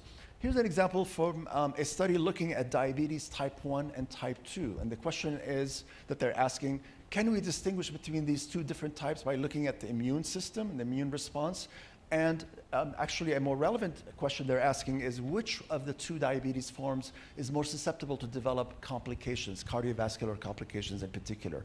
So first of all, let's actually answer the second question. So this volcano plot, and let me quickly explain what a volcano plot is. Every dot is a protein, and what you see is a scatter. To the right, the dots that are going to the right are upregulated. And if they're above a certain threshold, they are considered significant. So the ones that are in red, those are significantly upregulated proteins. And in this case, we're comparing diabetes patients, diabetes type 2 patients who have cardiovascular complications compared to ones that do not have cardiovascular complications. And indeed, we do see a signature, a protein, a proteomic signature that is associated with the presence of cardiovascular complications. So now you can take that and model it into what's called a hazard plot, and you can actually begin to identify which particular proteins are more indicative of a hazard to develop cardiovascular disease, and then you can look at the biology of those proteins, understand the pathways that they're involved in, and possibly develop new therapeutics or new diagnostics, et cetera. So now in terms of looking at the difference between diabetes type 1 and type 2 and the impact on the inflammatory system, the authors did the following. So in the experiment on the left, they compared type 1 diabetes versus controls. Here again, that's a volcano plot. You can see kind of a scatter of protein biomarkers. These are all inflammatory biomarkers that are upregulated in patients who have type 1 diabetes. The second one here is looking at type 2 diabetes versus controls. And you can see that the immune response is actually much bigger. You can see a bigger splash and higher degree of upregulation of inflammatory biomarkers. And now if you compare the two types of diabetes, so on the left you have type 1 diabetes, and on the right type 2 diabetes, here you can see that indeed type 2 diabetes has a much more profound inflammatory response, which is actually not surprising. We do know that type 2 diabetes is a more complex disease, and indeed this begins to explain why patients with type 2 diabetes are more susceptible to develop complications. All right, let me now switch to a different story. Now we're looking at the host immune response and a differential diagnosis story. And the question is, and my apologies, the font kind of jumped around, but the question is, can proteomics distinguish, in this case, malaria-associated sepsis from other types of sepsis? We know malaria is a very, very serious illness, and you probably know that one of the complications of malaria is actually for the patient to develop sepsis. Now, there are a variety of different ways to develop sepsis, unfortunately, one being malaria, but it's important to try and distinguish between these different types of sepsis. So the authors did an analysis using proteomics, and they characterized patients who have sepsis and malaria versus patients who have sepsis but do not have malaria, and they looked at the response. This plot is called a principal component analysis plot. I'm not going to explain the math behind it, but basically what it does is it takes highly dimensional data using hundreds or thousands of data points, and it compresses it down to the most informative dimensions. So we're looking at two dimensions here, principal component 1, principal component 2, and then you can see the malarial sepsis signature and the non-malarial signature. What I want you to notice is that they overlap quite a bit. However, the malaria signature actually is a little bit tighter and it has a larger peak. And that is indicative of specific biomarkers. It turns out these are immune proteins that are different in the malaria sepsis versus the non-malaria sepsis. Now you can start looking at them, and here they are. So this is a volcano plot looking at malaria sepsis versus non-malaria sepsis, and you can identify these proteins. And it turns out that they are immunosuppressive proteins, which is really interesting. So the parasite, the Plasmodium, has evolved to suppress the immune system of the host. And we actually see that signature right here. And what is useful now when you start teasing this apart is you understand what is the mechanism of this disease? How is malaria actually suppressing the immune system of the patient? And you can try to find ways to actually reverse that effect and battle the disease. All right, let's look at another example. This one is actually a vaccine efficacy and safety example for Ebola. And this vaccine, I actually spoke to a scientist earlier, and I was told that it has been used here, maybe a slightly different version of it, and it is known to be a very successful vaccine. It works very well against Ebola. This study was done in the US with two different cohorts, and in Europe, so one in Europe and one in North America. And what they wanted to find out is, how does this vaccine work? What sort of immune response do we get, number one? Number two, what adverse events or side effects do we get from this vaccine? Because again, it turns out that this is a very effective vaccine, but unfortunately, some people will develop allergies or will develop severe responses to it, and we need to try to understand that. So here in this experimental design, they used two different doses of the vaccine, a low dose and a high dose, and they followed the patients for a week. So they sampled at day 1, day 3, day 7, and day 0, which was the baseline. And then on the right, they're using now the inflammatory panel. This is a panel that will run on the system that you have here in Makerere. So you can see that the lower dose and the higher dose, both of them induce an immune response on day 1, but the higher dose actually has a higher one, as you would expect, and then that response goes down. Now, if you start looking at the specific proteins, and here we are, we're looking at the inflammatory panel on the left, and then a metabolic and immune panel on the right, you can see that there's quite a number of proteins that are upregulated. These are all associated with the immunity that the patient is developing against the Ebola virus.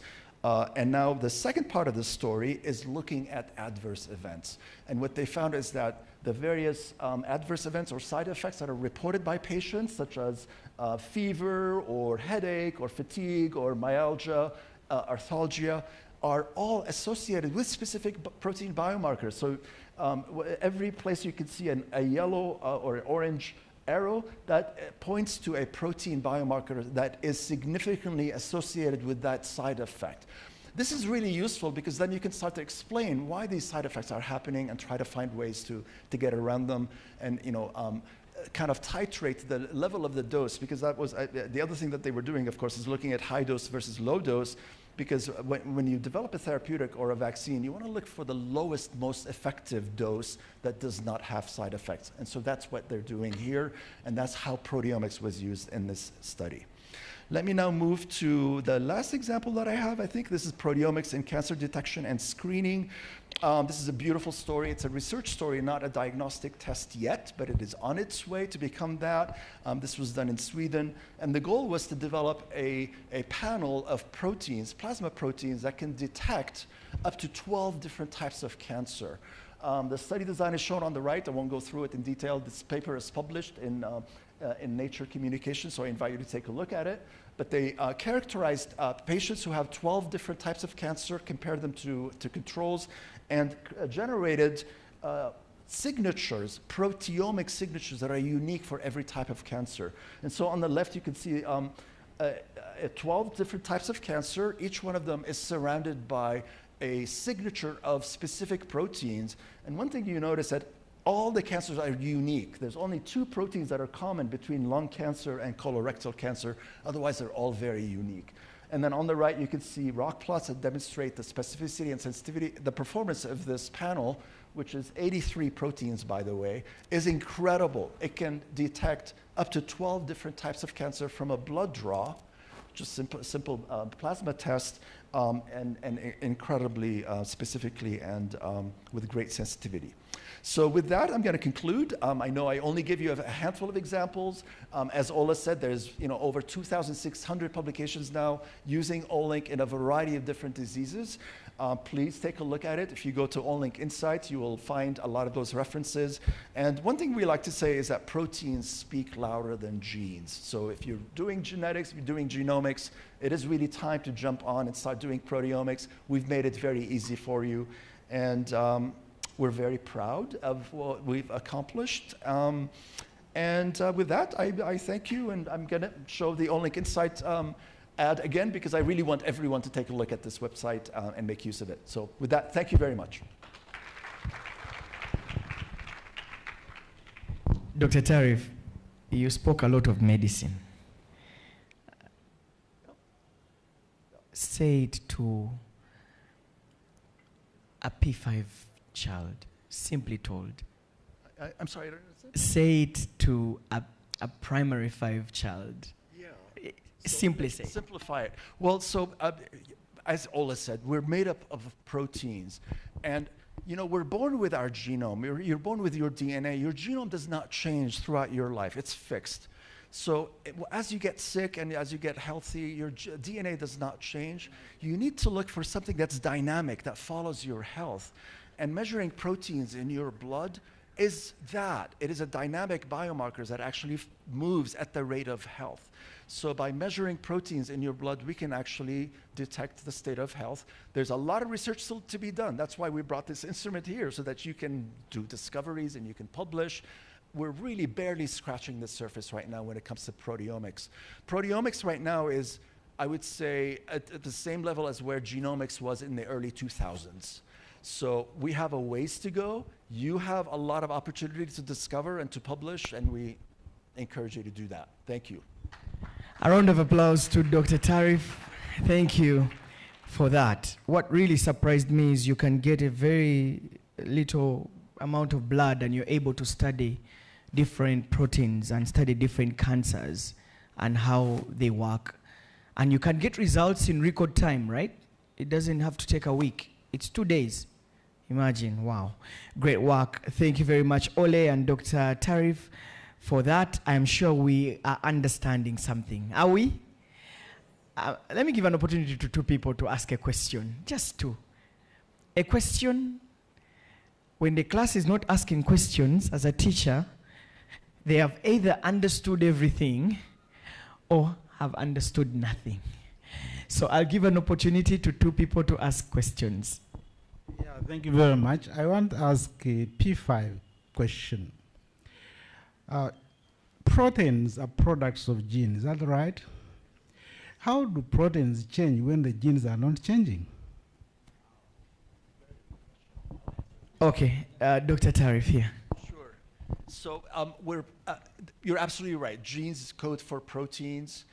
Proteins are expressed at different levels in different tissues at different times. So a liver cell, for example, will express genes that are relevant to the liver function, and it will have proteins that function in a normal liver. Whereas a kidney will express proteins that are relevant for kidney function. Even though both tissues have the entire genetic code, but every tissue will express the proteins that are relevant to its function. Now, if there is a disease, some proteins will be dysregulated. They might be upregulated or they might be downregulated. That is what we measure using Olink. We actually measure the level of the protein.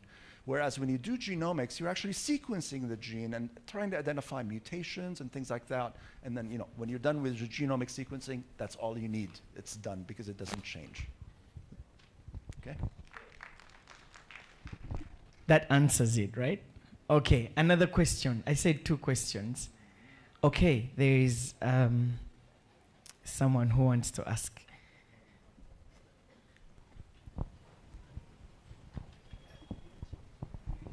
Thank you very much. I am from way out of science. I work in communications, and I am wondering how NGOs in health can leverage and collaborate with Olink to influence and implement SBC or social behavior change communication interventions for people to be able to thrive beyond public health. So basically, when the number of proteins that cause cancer, I'm not speaking medicine, when the number of proteins that cause cancer are seen to be high, then you're susceptible to getting cancer. And therefore you can change your behavior and perhaps you can avert that risk of getting cancer. But I'm not medical. But let me give Ole, do you want to answer that real quick, Dr. Tarif? Yeah, thank you. I mean, at Olink, we're a very collaborative company, and we're now part of Thermo Fisher Scientific. One of the things that we do is we work with a lot of consortia, academic scientists around the world that focus on specific disease areas.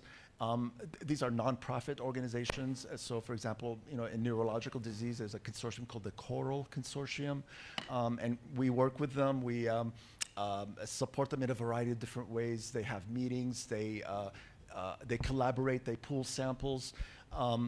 And they publish, and through that we hope that this influences policy, that this influences the people responsible, like for example in the Ministry of Health, that they start paying attention to some of these discoveries that are really potentially changing lives and changing how precision medicine is practiced.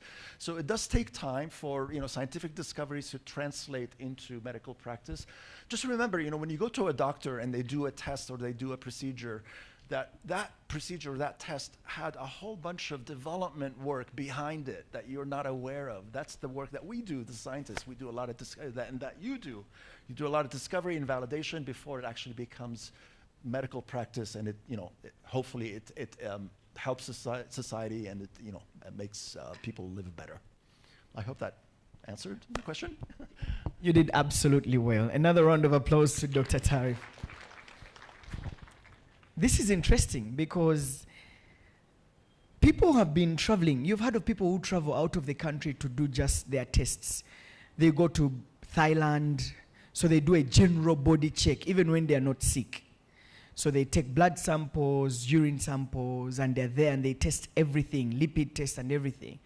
But with this, I don't know when it's going to be open for us, if you want to predict the risk that you have to disease, they can take your blood sample, they take it to the Olink lab, test the proteins, look at the amount of the protein in that blood, and be able to predict with precision that you will be susceptible to get diabetes. That is how I've got it. And I hope I'm right. Okay, a round of applause to Dr. Serwanja. All right, so the Olink Lab is just but part of the iTECH team that has been working, and we're privileged to be having Dr. Sam Ali, who is the principal investigator at the iTECH project, to come and talk to us about the future prospects of this project and how far it has gone in reducing maternal and neonatal deaths. You're welcome, Dr. Sam. Karibu. Thank you. Do you want to use this? Okay. Dr. Sam has a presentation. Okay, great. It's there.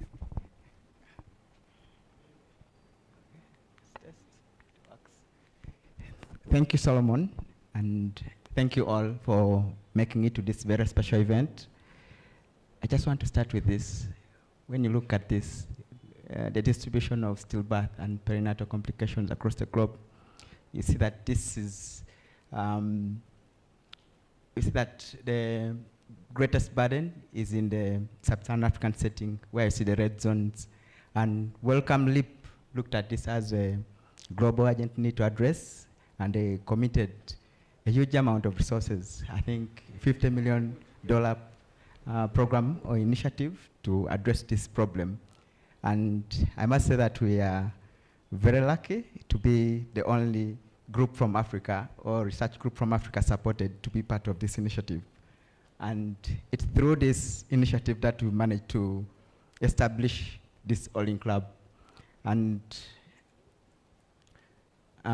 we are proud to announce that this is the first automated workflow in the African setting, and we'll be able to offer advanced biomarker discovery opportunity in the, on the African continent, of course. And if you look at the list of the services or the kind of panels that you can run under the Olink, we are able to offer all these services. So if you are just starting broadly from the discovery, then you will need the, I don't know whether this is the letter, I think.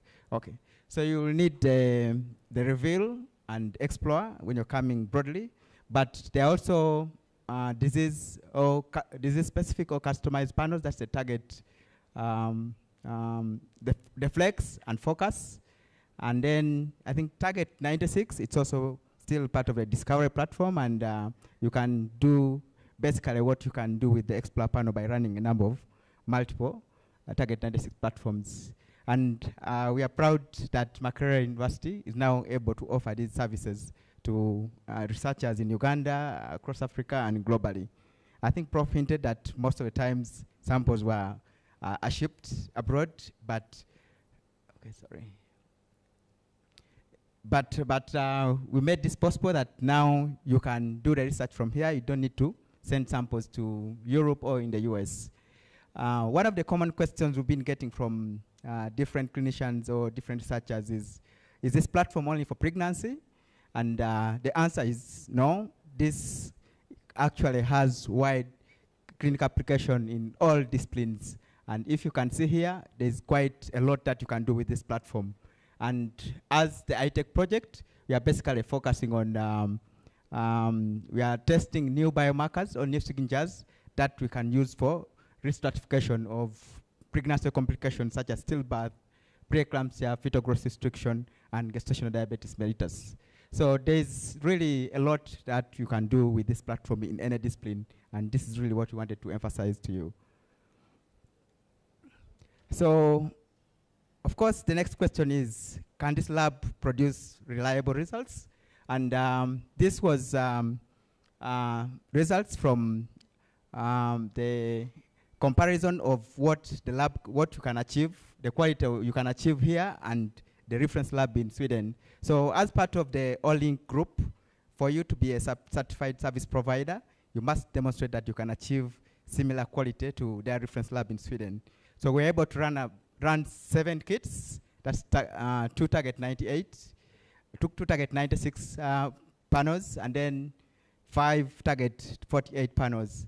And if you can see from the table this side, those results, you see that all the parameters, I think, performed. We achieved similar quality to what you would achieve when you run your samples from Sweden. So this shows that we have the capability to run and achieve similar standards in Makerere compared when you compare to the standards in Sweden in the reference laboratory of Olink. So we are also doing some, of course, some work around this. We established for a purpose. And we, like I said, we are testing new markers that could be highly predictive of complications like preeclampsia, fetal growth restriction, GDM, and stillbirth. And this is just a snippet of just a few proteins or some of the promising biomarkers that we are identifying. And with just a 4-protein model, and if you're able to achieve very good accuracy like this, then we're able to integrate this with other markers, and I think we'll be able to achieve very high performing tools. So I must highlight that the Olink Proteomics Platform, or the liquid biomarker analysis, is just a very small component of the iTECH project. So the iTECH project comprises very many, I should say, work packages, and the focus today is just on Olink, but we are collecting a lot of data from using different technologies, hemodynamics, ultrasound. We are also getting computational-based model data from computational models. I think the program director will highlight and maybe tell you more about this. We're also collecting longitudinal data from bed sensors. So at the end of the program, our plan is to integrate all this multimodal data and develop very highly performing models that can predict disease with high precision and high accuracy. One of the things I must highlight is that it's a large cohort of about 6,244 women recruited and monitored across different time points in pregnancy. And I must thank the team for putting up very good performance, and it is rare to achieve very high retentions of 98.5% in such a huge cohort. And I think we have a huge resource of data and samples that is stored that we will be able to mine for the rest of, maybe for the next 10 or 15 years or 30 years. And we are happy to collaborate on this. So, like I said, we are testing many other technologies, so I'll try to skip this.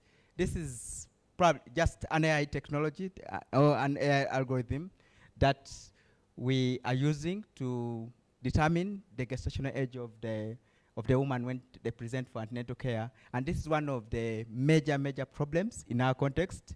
And by introducing or automating most of everything, like we said, the Olink lab is, most of the workflow is automated. We're also working towards automating many of the clinical workflows. And these are some of the things that we are considering in the near future. So I really wanted to push this forward just in the interest of time. So what it does is that you just make those 6 blinded sweeps, and the AI algorithm is able to give you the gestational age without using biometry or complicated clinical tests. And you can see its performance is very good when you compare it to the current clinical standards.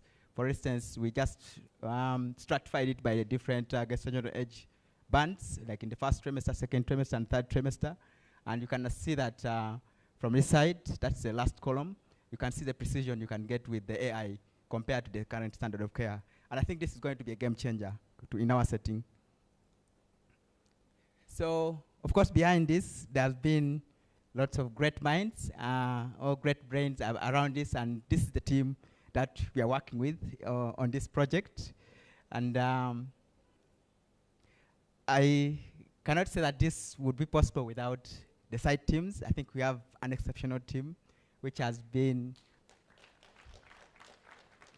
I should say, this is a very resilient team, tolerant, because the Wellcome Leap working model is very unique. And I think it was one of a kind that changed everything in the university, how the university looks at things, how we look at things in the research world, because the way the model works is that everything must be done very rapidly. Like Prof Yamkisha said, when you got the feedback from the grant, it took just about 14 days for them to come here and then have start discussions about the contract and then get the funding. So everything was quite rapid. And so I wanted to highlight that this is also a bit special. This is, I think, might be one of the first projects that has close to about 17 other collaborations within the same program. And this is still like one of the initiatives of Wellcome Leap to ensure that there is cross-program collaboration to allow development and validation of new tests and new tools rapidly to make sure that they're ready for deployment in clinical care in the next maybe 2 years, not in the next 15 years or 17 years. Because I think when you look, it takes about almost 17 years to translate science into useful clinical tools. And I think this is very special, Sarah. It's a very special model. Yeah. So we're also working directly with some industry, and I think if there's close collaboration between researchers and industry, then you can quickly accelerate discovery and translation of the discovery into useful tools. So we're working with GE and Nightingale Labs. So I won't spend a lot of time on this, but this was just to try to highlight the timeline of Wellcome Leap. Very special, very different. But thank God we had a very agile team, the tenacity and the resilience and the hard work. It was really amazing for us to be able to find such a very special team, the iTECH team. So I just want to conclude by saying that the Olink services is now open for public use. We want all researchers in Uganda, in Africa to use this platform. And we are open to support all the way from supporting you in refining your research questions to designing it, and all the way after the analysis to support with the statistical analysis. We have a very special team that is highly skilled, and we're able to develop different kinds of, undertake different kinds of analysis, develop complicated machine learning and artificial intelligence models. So we have the capacity to support with all this. So another question that's very important is that this is purely a discovery platform. So what next? So after discovery, there is need for translation of these identified biomarkers into useful clinical tools, so which can work with existing platforms, or of course we could also translate this into a point of care, and these are some of the things that we are considering that we'll be working on in the future. But like I said, the program director may also say something around the translation. Yeah. And of course, I want to say that we welcome new research collaborations. We have a huge resource in terms of data, samples, and the infrastructure and the team. So we'll be very happy to collaborate with you for this, for the resources around iTECH, and also for any new projects that you may be interested in. So like Professor Yamkisha said, the university has all the infrastructure and all the systems to ensure that we have robust and very good research. Yeah. So that's it. Thank you.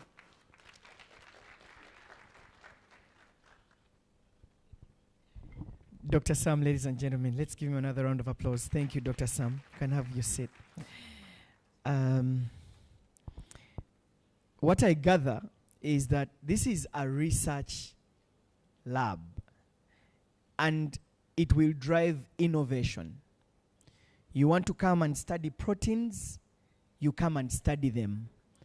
And then you drive innovations. I was whispering to someone that the problem of preeclampsia among pregnant women is a big challenge. So if we can use this facility to help us predict that this person could have preeclampsia, how do we now give a woman a diagnostic tool to be able to prick herself and put it up on that tool to be able to know whether she's susceptible to preeclampsia?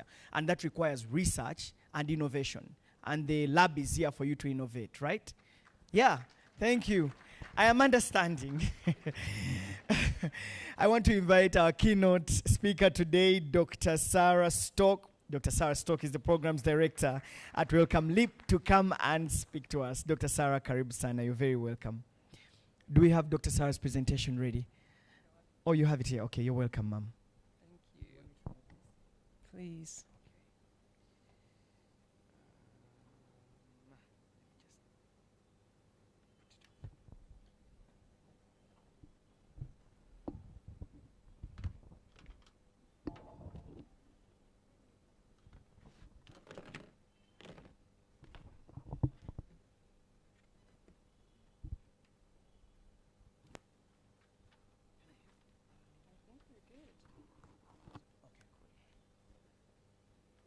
hoping this is going to work. We're in. We were in. We were in.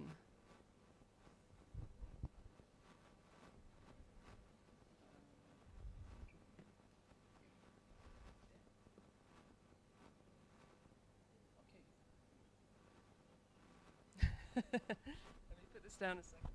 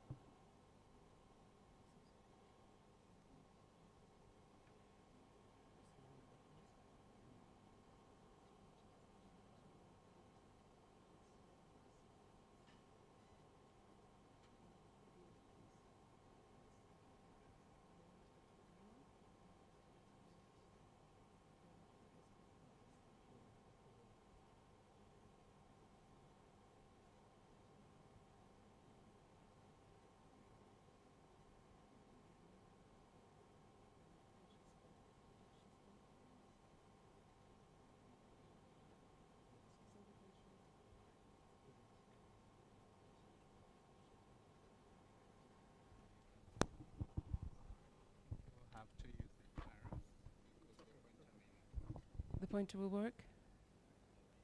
Okay. Apologies.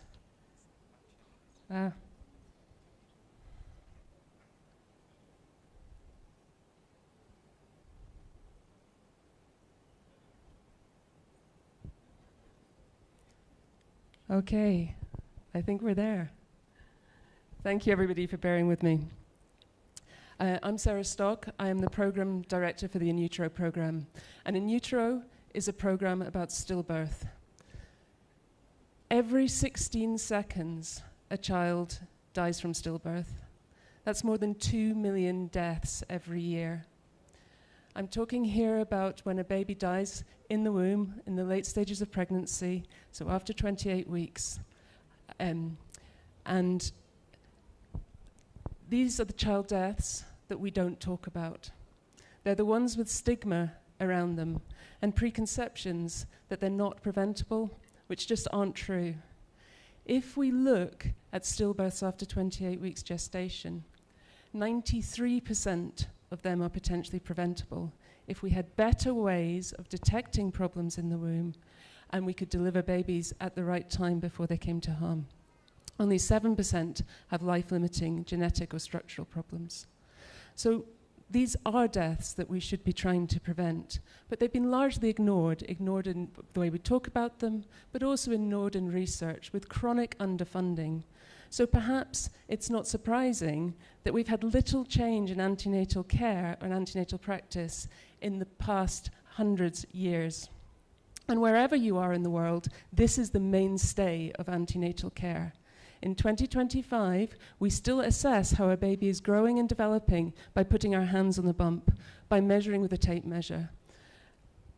And this really, of course, is not good enough to seeing the complex development of a baby and to determining when things might be changing, to be able to think about what's happening to the mother, the baby, and the placenta, so that we can predict stillbirths and hopefully prevent them.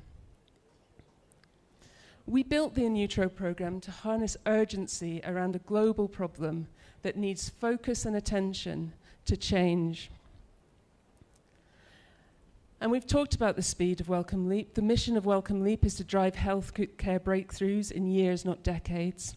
And within 100 days of my starting my job, we had devised the program, put out for advert, had applications, more than 100 applications from around the world, and chosen a crack team of researchers and transferred the money to accounts to start researching. And you'll see Makerere pretty much at the center of the global research collaborative teams that we have. And I can't be more proud and grateful to be here. And thank you so much for inviting me to speak and celebrate the opening of the Makerere University and Olink Laboratory services in Uganda. And I'm going to tell you a little bit about how they originated. Because the goal of the In Utero program is to develop the scalable capacity, it has to be scalable, to model gestational development. And we need to do that with enough accuracy for two things. One, so that we can see when babies are sick, but two, so we can see when babies are well, because it's just as important that we leave the babies that are well alone and don't unnecessarily deliver them. So we're not increasing cesarean section rates, we're not increasing what we're calling here provider-initiated delivery, because we know that impacts health, we know that impacts resource. So we're working to create a new paradigm of antenatal care. And to do that, we focused on 4 main areas. We need new measures and biomarkers that are accurate enough to determine when there might be complications.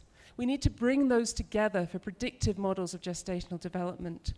We need to make sure that these are scalable, and so that we can think about how we can implement scalable screening, prevention and intervention. And dependent on that, we need new ways of thinking about researching. We need novel data collection approaches, allowing us to collect data at scale so that we have enough data to make predictions, but also in a flexible and agile way so that we can learn as we're going and make sure we're reacting to the results coming out of the program. So where are we now? Well, now if we think about this, measuring babies, looking for risk factors for babies with stillbirth, perhaps measuring the bump, taking a blood pressure, if we implemented that, so if we managed to implement that, we might only reduce stillbirth by about 10%. How we get there? What do we need to change care? Well, we need something with which we can detect a high detection rate, which is shown along the bottom of the graph here. And we also need an effective intervention. That's shown up the y-axis here. And where we are at the moment is in these red lines. And you can see here that the colored lines are the reduction in stillbirth we could expect if we implement these things. So taking the best care we have now, implementing it everywhere, which is hard to do, we've failed so far, we would only reduce stillbirth by around 10%.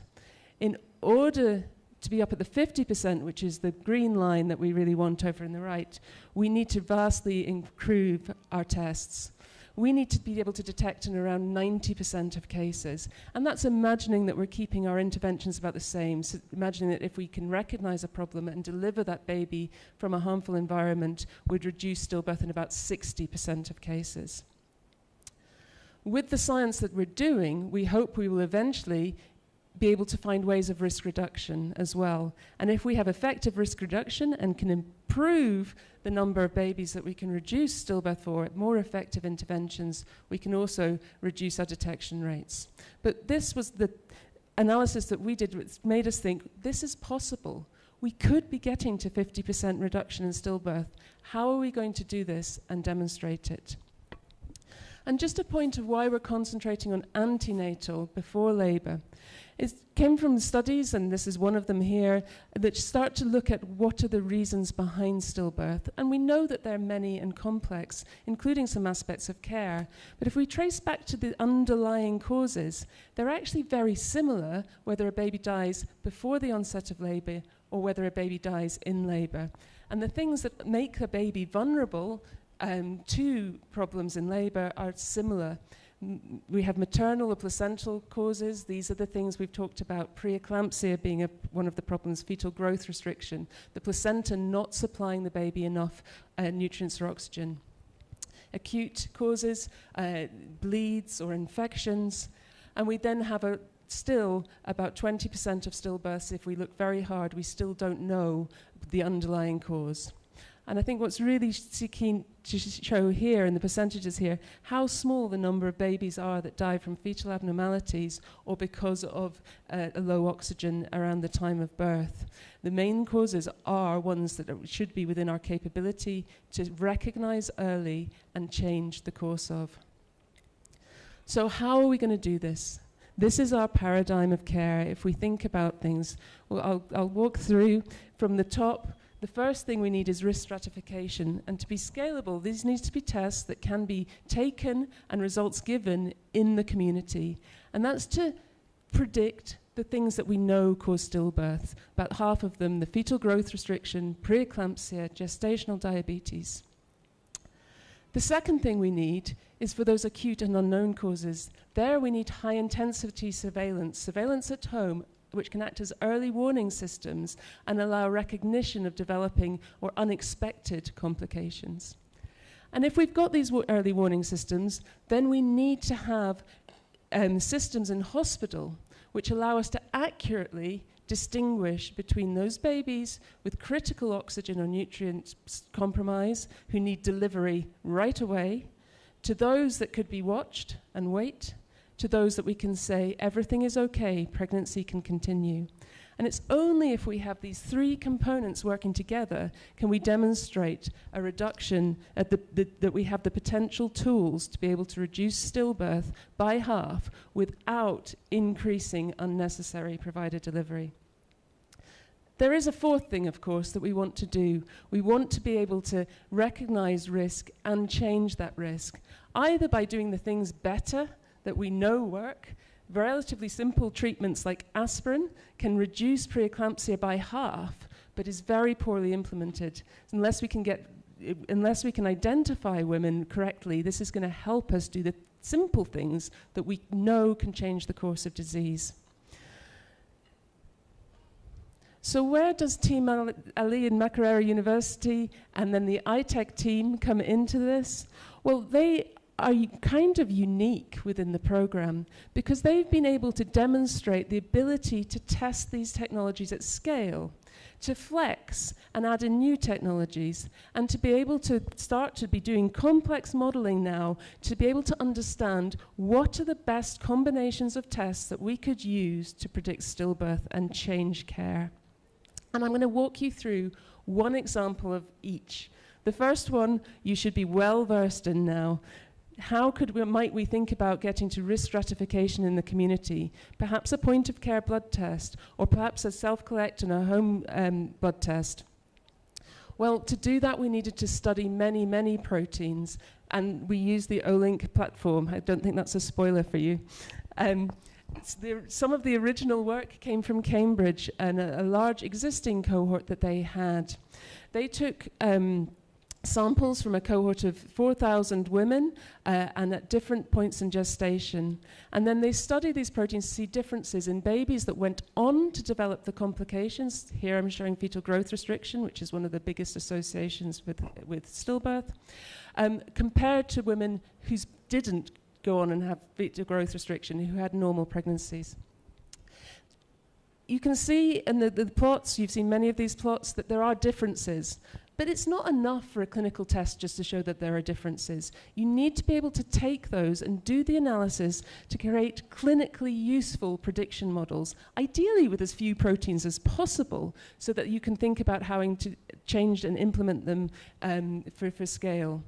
So here we have the team developing different numbers of proteins and different tests here for prediction of fetal growth restriction.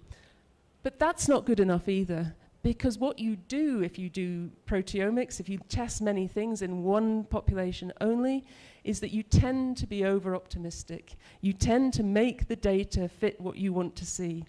What you have to do is do the analysis properly and then test again in different populations and different cohorts. And here, the external validation is being done in UK and in Australian cohort, and of course here in Uganda. But we're doing this differently here, saying, can you put the technology here in Uganda for further development and model development, rather than sending the samples back to Cambridge, which is what's happening with the other teams. So where do I believe this is going to go? Well, where do I want it to go? I want to move away from checklists, risk prediction, clinical risk prediction and a tape measure, to accurate, objective risk stratification, so we can see where to put our resources, where doctors and midwives should be changing care pathways, reducing the risk of complications in these women. What about antenatal surveillance at home? Well, this is harder as well. Sorry, I'm not saying that proteomics isn't hard or Olink wasn't hard, but this is also harder because we needed brand new technologies here to be able to think about scalable surveillance at home. So this is also developing hardware as well as then implementing it in research setting with a view to seeing if it can come to clinical. And here it was a collaboration proposed by the Nightingale company coming out of San Diego in the US. And they had developed this bed monitor. This is a sensor that goes under the mattress. And what it does is it detects little vibrations, and those little vibrations can give you a continuous readout of your heartbeat and your respiratory rate. And what they do with that data is they create these heat maps that you can see down the bottom. And each of these little bars here is one night, and each of the little boxes is a 20-minute period in one night. What you might see here is that this person is very, very, very stable over the course of months. Why might that be useful?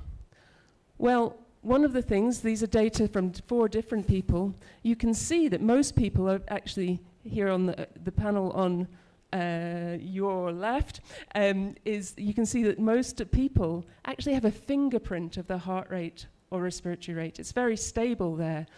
But people are different, but stable in themselves. And that's what should be happening. But when complications develop, you can see changes in these. This is somebody who developed sepsis, first indication that something's wrong. So, and then you've got somebody with pneumonia where you've got many things going wrong. So you can visually see changes in these traces to determine when there might be complications.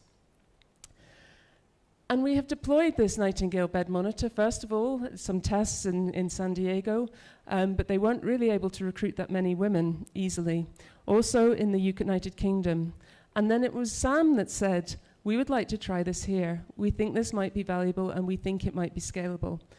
I have to say, I was slightly skeptical, but we decided to give it a go and see what would happen. And here's a trace where you can see that bright red bar at the bottom. This is a pregnant woman developing a viral infection.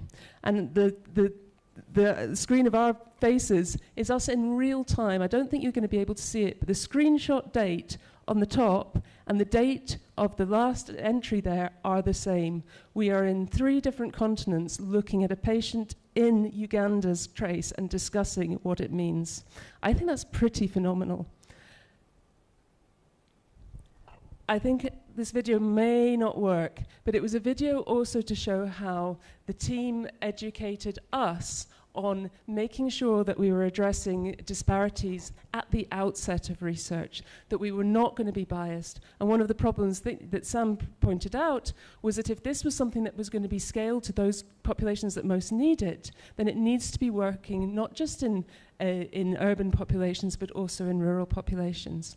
And so within that, we authorized that reimbursement for electricity was changed to the establishment of solar panels, which were installed, and so that women without consistent electricity supply could still participate in the study. And indeed, we are now scaling this up because we are seeing such good quality traces, recruitment that is exceeding in any of the other countries' testing. And most importantly, this ability to flex a protocol within weeks, with the number of layers of it takes to write a protocol, get approvals, and start now in less than 6 weeks, which again is world class.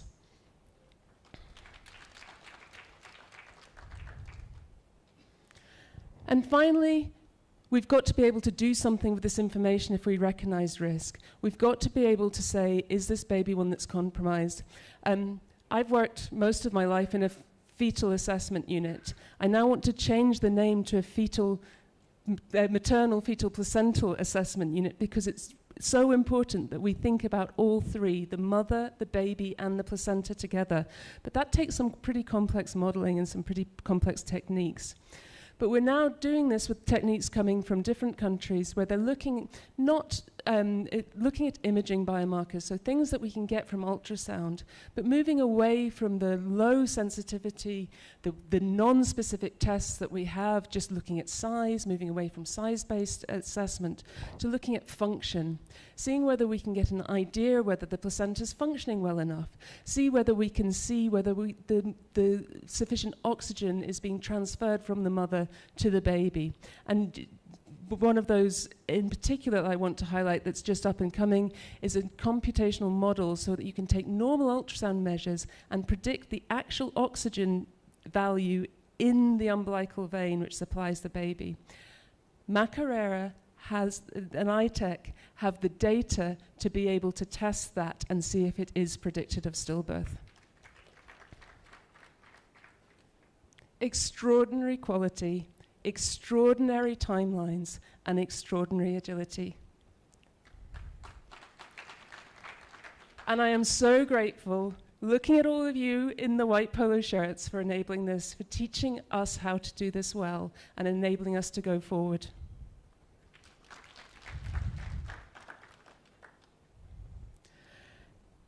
This is the words of one of the principal investigators in another team who collaborates. And I think it shows the importance of saying we've got to make these healthcare problems important and we've got to move forward. But where do we go from here? It's not good enough for these to be research papers or to stay in laboratories. We have to think about how we can move forward to clinical tests. And that is hard. I tried to look for a case history. 22 years ago, a protein marker of preeclampsia was discovered. It was shown to be good. It was published in the New England Journal of Medicine 22 years ago. We still do not have coverage of that biomarker. We don't have it covered and reimbursed in the United States. It is not implemented well in the United Kingdom, and we are nowhere near thinking of scalable ways that we can do that in other settings, including here, even though we think it might be valuable. Now, luckily, we're getting better tests. The performance of the tests that we're getting from the Olink work is better than these, so that is a good start. But we don't have 22 years to wait.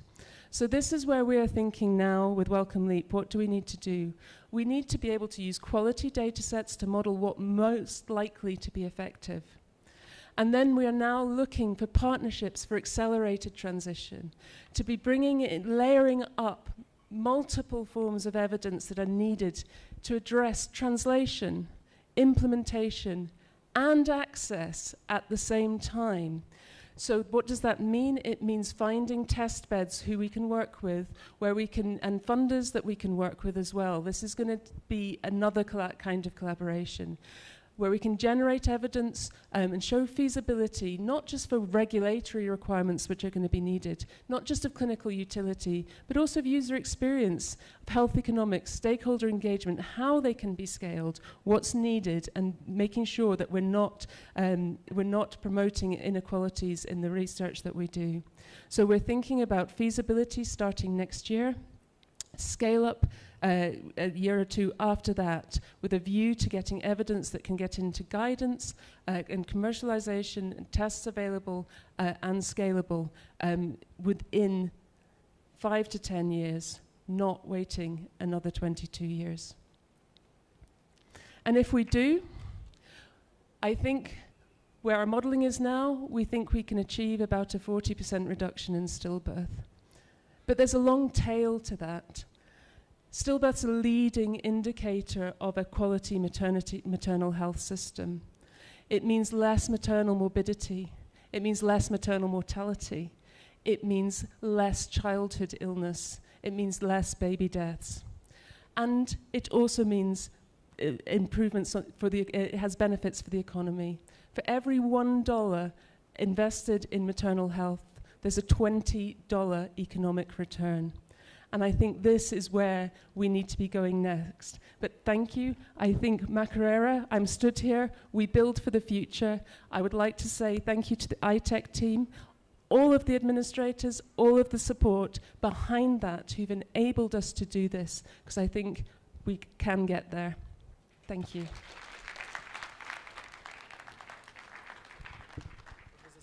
Thank you very much. Yeah, thank you. Another round of applause for Professor Sarah Stock. Amazing, amazing, Prof. The target is 75, but with these interventions, we can put it to 40. Amazing work. It's interesting how science is advancing. I was fascinated with the bedside monitors. And just a quick one, is this data collected in real time? Or the patients have to bring something? Ah, interesting. Oh, can I just pass the mic to you? Because I was just imagining that you are the patients at home and... The patients at home? Now, Sam might speak to this better. You've got custom SIM cards. You've got SIM cards. The data is transmitted, and we were watching that data in real time from the night before. Wow. I was sat in my office in a very chilly Edinburgh looking at a patient's data in the morning from that patient's data the night before. Fascinating. It's incredible. Incredible. I can't thank you enough. Another round of applause. Wow. And this is still at research stage, Prof, right? We haven't yet rolled out. We have not yet rolled out. Okay. Okay, thank you very much for the extra hard work. Yes, ladies and gentlemen. Yes, Solomon, I just wanted to add a comment. Okay. That the reason for having this is that we are thinking of developing dynamic markers. So you just need to be at home, like do your daily routine, and when there is a deviation from your, because what the algorithm does is that when you give it a sensor, maybe the next 2 weeks, it establishes your normal baseline. And then at any one point, even if it's like a slight change from your normal baseline, it will alert us that there's a possibility of a possible infection or complication or severe bleeding. Then it will alert the patient to come to the hospital. Wow. Wow. Another round of applause. And this bedside marker looks at cardiology, the heartbeat, and the way the mother is breathing. Amazing. AI has now been integrated. They can check the blood flow from and the food flow and the air flow from the placenta to the baby. Wow, that's amazing. And the mother's blood can be taken to the Olink lab, and they can be able to say, you could get preeclampsia, so we're going to monitor you better. Wow. Guys, clap for the scientists in the room. Amazing stuff. Professor Sarah Stock, Programs Director at Wellcome Leap, thank you very much. And we're going to take a deep dive in this through a panel, and I'm going to just invite a couple of you to come and we discuss this science and where can we go from here. I would love to invite Dr. Susan Nabada. Dr. Susan Nabada is the Commissioner, National Health Laboratories and Diagnostic Services at the Ministry of Health. I would love to invite Dr. Obondo Sande, who is the Department of Immunology at the College of Science at Makerere University. I would love to invite Professor Annette Nachimuli, Dean, School of Medicine at Makerere University. I would also love to invite Professor Stephen Chanok Jones, who is a professor of reproductive biology at the University of Cambridge. He will be joining us online. Also, Professor Aris Papajod, who is the director at Oxford Maternal and Perinatal Health Institute in the United Kingdom. I also want to invite Professor Moffat Nyirenda, who is the director of Medical Research Council, to just come and take their seats. Can we love on them as they come? And we perhaps are going to start with Professor Obondo James Sande. Professor, by the way, is a physician scientist and lecturer at the department. Oh, yes, we also love to invite Dr. Amy Okello, who is the Chief of Cardiology at the Uganda Heart Institute. You're very welcome, Dr. Amy Okello. Big brains in the room. I hope I can be able to, please, you're welcome, Karibu.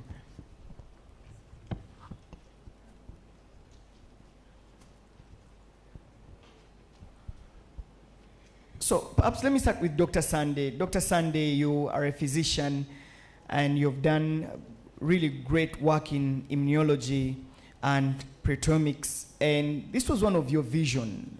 You championed it, the establishment of the Olink Lab. Are you happy that it's finally here? I am. Tell us about what the dream was like at that time and living this dream now as a person who was one of the people who championed it. You're welcome, Prof. Yeah, thank you, Solomon. And thank you, the audience. Olink Platform is a transformative leap for biomedical research. So my dream was to move beyond just simply managing diseases to deeply understanding them at the molecular level, the proteomic level. That's unlocking how they develop, how they progress, and how they respond to treatment, especially in the unique African genetic diversity and environmental influences. And the fact that it's here. Yes. Yeah. So to achieve this, we need first to empower younger researchers, students, how to ask the right biological questions, develop robust study designs, and select appropriate samples. And those are key steps in identifying meaningful biomarkers, which is the standard of proteomics. Wow. Wow. And what do you see? What do you see? I mean, I can see the smile is so wide. The fact that you dreamt one day that we will stop studying molecular biology but get into the protein itself. What do you see in terms of research? One of the things that Professor Sarah was talking about is stepping now to the next level.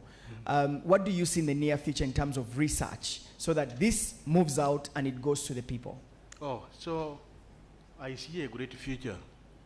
The Olink Proteomics has opened more doors to understanding disease in terms of the dynamic changes, the proteins that most people get after infected by infectious diseases.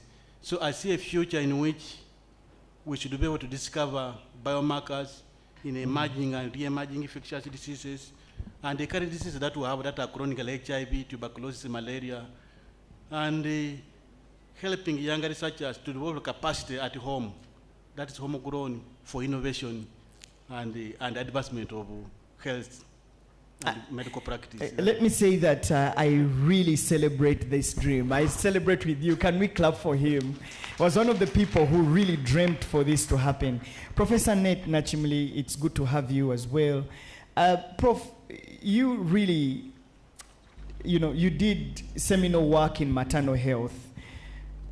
Professor Nachimli, where do you see, how does this apply in maternal health? Is it going to help you in any way? And Prof, you and I have had a detailed discussion on preeclampsia amongst women, and you detailed to me in an interview I had with you a couple of years ago how it's even difficult to manage. I mean, we walked through the ward of Kawempe Chirudo Hospital together and looking at the mothers and the way you are managing them 24/7. It's a different ball game altogether. How are we going to use this latest technology to manage preeclampsia and maternal health in general? You're welcome, Prof.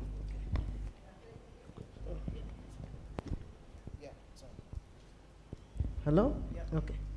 Yeah, good evening, everyone, and I thank the organizers for inviting me, and thank you, Solomon, for that question. Maybe just a little bit of background.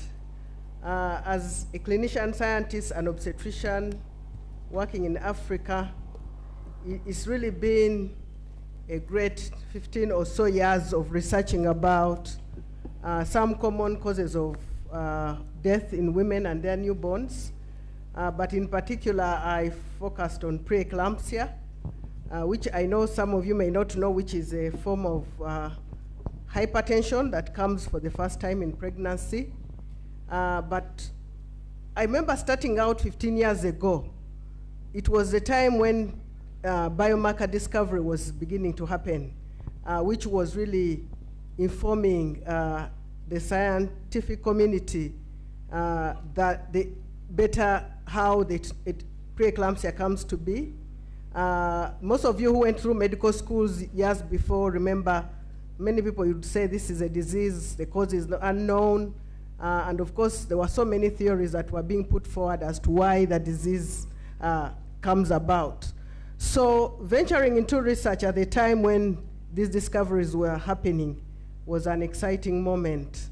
But also, it was some realization that for us as Africans to benefit from these advancements in the technology, in these discoveries, there has to be more work done of including African women in this research.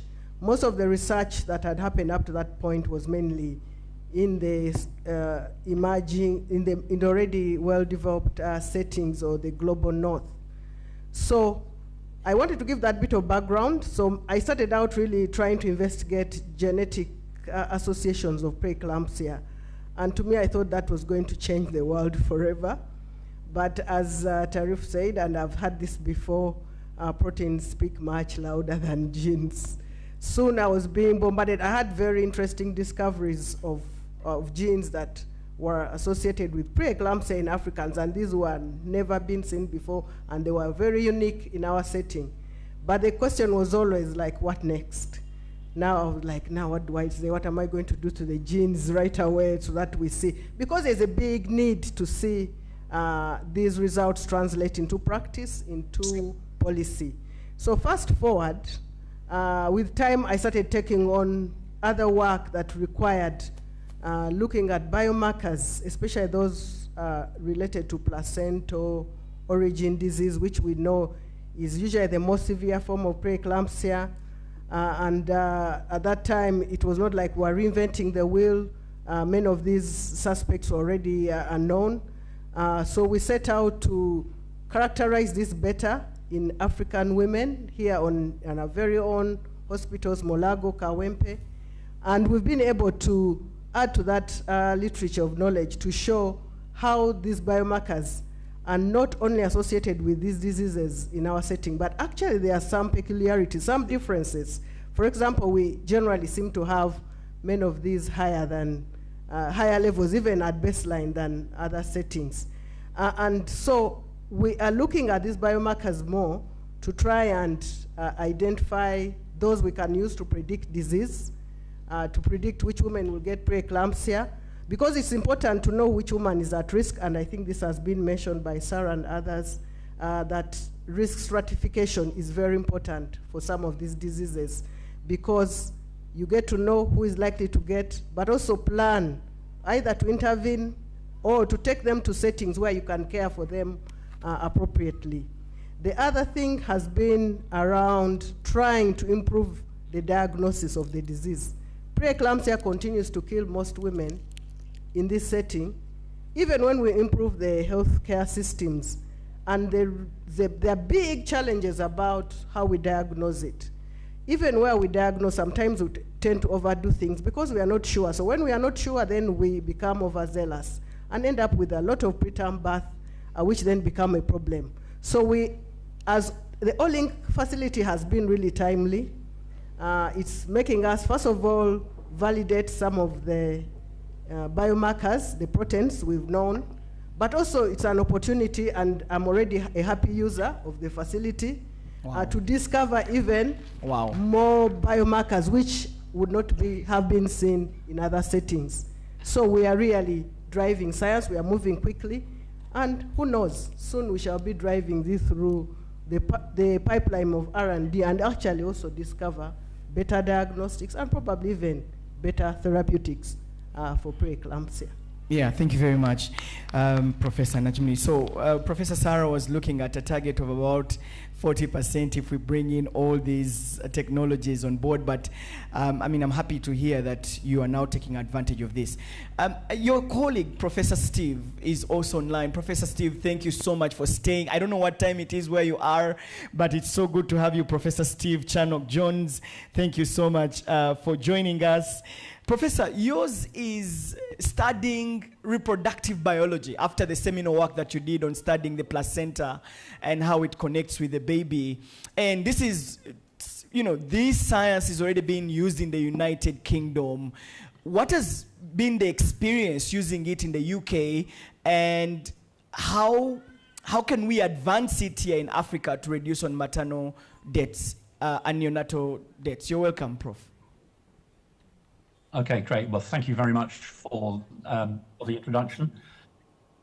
And it's really great to be here. I mean, I'm sorry I'm not joining you in the flesh. I really enjoyed visiting the facility in Makerere back in January. That was a really great experience. I really enjoyed that. And I guess online is second best. But thank you for your question. And actually, this technology is absolutely transformative, because it allows us for the first time to really accurately measure thousands and thousands of proteins in very small samples to identify biomarkers that truly predict disease before the onset. And it also has the potential to identify mechanistic factors which may be not just predictive, but actually causal in the disease. And that is a real transforming step. So the ability to predict and ideally identify causative agents is truly astonishing. So the technology to do this at scale is remarkable. And as you've already heard from Sarah and from others, we've been doing this for a while, and we have identified things that we think are predictive. But as Sarah said, and we know all too well, it's no good just making a prediction in one population, because it's so easy to fool yourself, because the mathematical modeling that you do, if it's only in one cohort, then the model fits the cohort, and you might well be wrong. In fact, you're likely to be wrong if you just do that. So you have to test your predictive model somewhere else.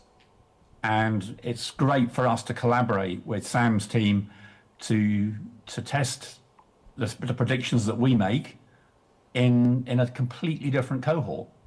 And doing that locally using the Olink facility that's now up and running is fabulous. So we are very excited to be able to work with the iTECH team to do that.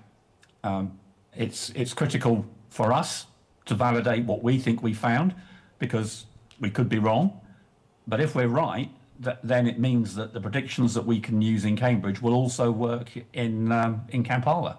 And that's obviously really good news for everybody, because the goal is, to, you know, as Sarah has explained so clearly, the goal is to reduce stillbirth substantially.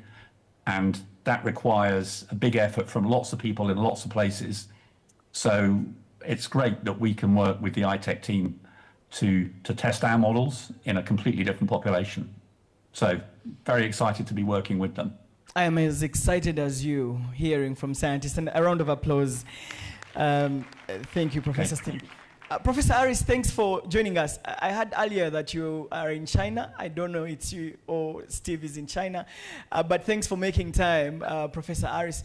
Yours is in ultrasound. Thank you very much. Yeah, I mean, I listened to Professor Sarah here presenting about integrating of artificial intelligence in ultrasound to study the placenta and the baby, and this is where you come in as an expert. Are you excited about this innovation, and what could it potentially, what impact will it potentially have on reducing maternal and neonatal deaths? You're welcome, Professor Harris.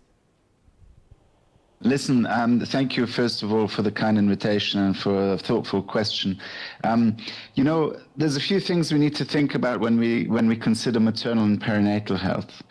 The first is that the window for early identification is narrow. It's a very narrow window compared to chronic diseases in adulthood. So you have a narrow window of identification. But on the other hand, the benefits of early detection of disease are very profound, because you can prevent disease in two people. You can prevent disease in the mother, and you can prevent disease in the baby. And because the baby is at the beginning of life, you're preventing disease potentially for a very long time. Not just stillbirth, of course, which is the most extreme example here, but if you think about neurodevelopmental delay or developmental changes in the child that the child will have throughout life. So when it comes to these complications such as preeclampsia, growth restriction, preterm birth, these subtle biological changes usually happen weeks or even months before the clinical symptoms emerge, which means that our traditional clinical markers are just too late, and they are also very non-specific. So the advantage of novel tools, and here we're talking today about Olink, and you ask about artificial intelligence for image analysis. You know, you can think about those sort of two aspects of the same thing. It's about opening the door to detecting early changes in physiology of the mother, of the placenta, of the baby, that enables us to identify disease early, predictive biomarkers that are two things, that are specific to the disease and that are scalable. Because it is so important, we haven't maybe talked enough about scalability today, to ensure that whatever we discover is also scalable for wider use. To me, the fact that we have this Olink platform now in an African region will enable us to identify many panels, you know, panels of placental dysfunction, vascular maladaptation, immune dysregulation. It really offers the potential to develop these predictive biomarkers. So I'm really excited that this is happening. And of course, this information is one part of the information that can then also be linked to other biomarkers, such as imaging biomarkers that you mentioned. The final thing I wanted to say is that all these markers have to be embedded in well-phenotyped cohorts that reflect the diversity of real-world pregnancies, including from underrepresented populations. So I'm glad that we have this platform now. It allows us not to repeat historical patterns of exclusion from discovery of exactly those populations at highest risk. Yeah. So I look forward to the next steps to enable earlier detection, more personalized detection, and therefore more personalized intervention by measuring the right signals in the right populations and at the right time. Thank you very much, Professor Harris. Thank you. I saw Dr. Dr. Kello nodding in the affirmative, especially on using this technology. Doc, you are a leading cardiologist in this country. We now can detect biomarkers. How are you going to use this in the cardiovascular part of medicine? Are you excited about this latest innovation? I'm a convert. First, I'd like to thank Professor Byamagisha and his team for inviting me. Yes, we've been using omics technology, proteomics, transcriptomics, in research, and we tried to use it to better understand disease pathogenesis processes that diseases go through to establish. And one of the diseases we have been looking at is rheumatic heart disease, which remains a big problem here.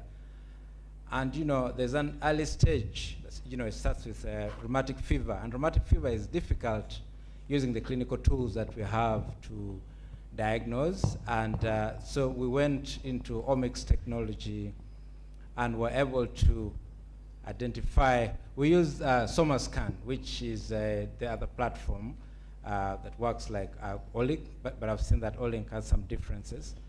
And we're able to identify a protein signature, 20 proteins, and that were then able to be brought down to 5. And these proteins were able to, number one, discriminate the different stages of the disease, and number two, as Tarif I think mentioned, we're able to discriminate overlap with other diseases, with malaria, with influenza virus, that all present as fever in our environment. So, proteomic technology really is coming at the right time. And, I heard Professor Sarah speak about the stages, and I think all this can come together very nicely for us to diagnose or to screen people at risk and then try and prevent. But the other way that we use it in my field is, looking at people at risk. You have all these people at risk of stroke, of a heart attack, or even patients who have heart failure. We have proteins that we've been, assessing in the labs, troponins, proBNP. You mentioned GDF15. I was happy to see GDF15 because that's a very important biomarker for heart failure. And we can use omics very nicely to identify people, follow them up during treatment, but more importantly, in prevention.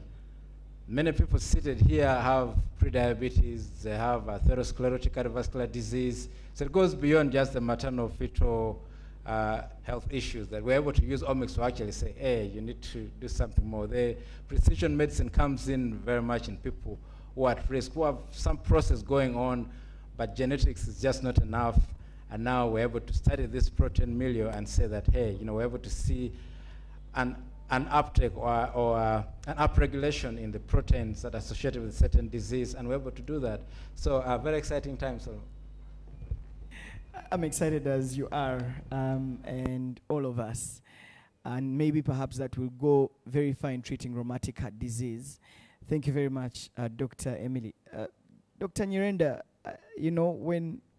when Professor Harris was talking about how will this technology translate to the end user, and you're a global health systems expert, translating this and implementation science, how do we get this to the last user would be your next point of interest, isn't it? You're welcome. Karibu. First of all, again, thank you very much for inviting me. I think what Steve said about the potential for this technology to be transformative is quite right. I mean, to be able to have that deep molecular characterization of our populations in terms of disease is huge. And not just in terms of the thin end of the wedge that Oli and Tarif showed about the routine testing, but the middle bit where you can understand disease processes within the context of Africa, low and mid-income countries, is phenomenal. I'll give you an example. So my specialty is diabetes. I'm a diabetologist and endocrinologist, and there's been a lot of talk about diabetes. So Tarif gave an interesting example of type 1 and type 2. That's simple. That's not as interesting to me. The bit that is interesting is, and Sarah says she comes from Edinburgh, and that's my second home. So I was in Edinburgh practicing, and the sort of patient that you see in Edinburgh, the people that came to my clinic, 90% of individuals would be overweight, perhaps obese, 90%. You come to Uganda, 60% of individuals that you see in your diabetic clinic, or indeed at population level, are neither obese nor overweight. So what sort of diabetes are we dealing with? What is causing individuals who are not fat to be diabetic? And it, from the sort of simple studies that we've done, the sort of crude measures, not proteomics, it suggests that the physiology or the pathophysiology is totally different. So traditionally, you would say these individuals will be insulin resistant, and therefore the insulin is not working well. But the early indications show that, in actual sense, this has got nothing to do with insulin resistance. The primary challenge seems to be individuals not being able to produce insulin as well, although they don't have markers that destroy the pancreas. So is it that young people who have escaped stillbirth are programmed with a small pancreas and therefore end up having diabetes? Is it that we are swimming in viral infections that trim your pancreas and therefore make you at risk of diabetes? So a totally different phenomenon. We don't know. So when we come to applying these technologies, it may well be that we'll be able to find which pathways are involved. And this is just about diabetes. Hypertension, same thing. You know, Africans seem to be susceptible to what we call salt-sensitive hypertension, essentially perhaps having small kidneys, but we don't have the details. I have a colleague in the audience who studies mental health. Again, they have the same distinct phenotypes that seem to be unique to our populations. And so we need tools to try and better characterize these phenotypes. And one of the platforms, obviously, is this Olink. So for me, there is potential to leapfrog in terms of how we understand these things.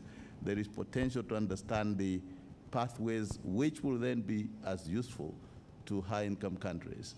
And there is potential to find new targets that, again, will be useful not just for Africa, but also other high-income countries as well. So stationing this platform here, obviously the capacity would have to be built.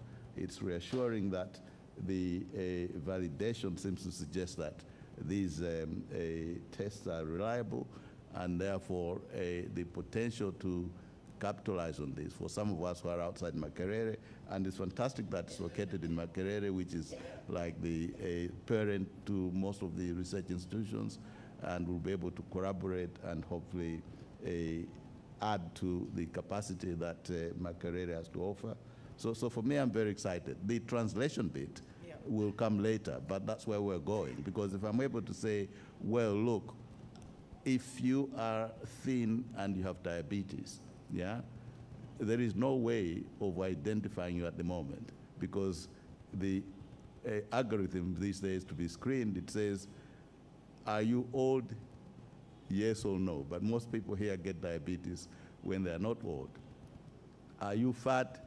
Yes or no. So if you are not fat, you say, well, don't screen them. And yet 60% of individuals who will be at risk of diabetes are not fat. So we need to find new markers. And I think this, therefore, has huge potential for application across the board. A round of applause. Thank you, Prof. Nyirenda. Finally, Dr. Susan, for you, you come from the National Health Laboratories and Diagnostic Services. What does this mean for us in terms of diagnostics? And in the broader scheme of things, in terms of lab testing? You're welcome.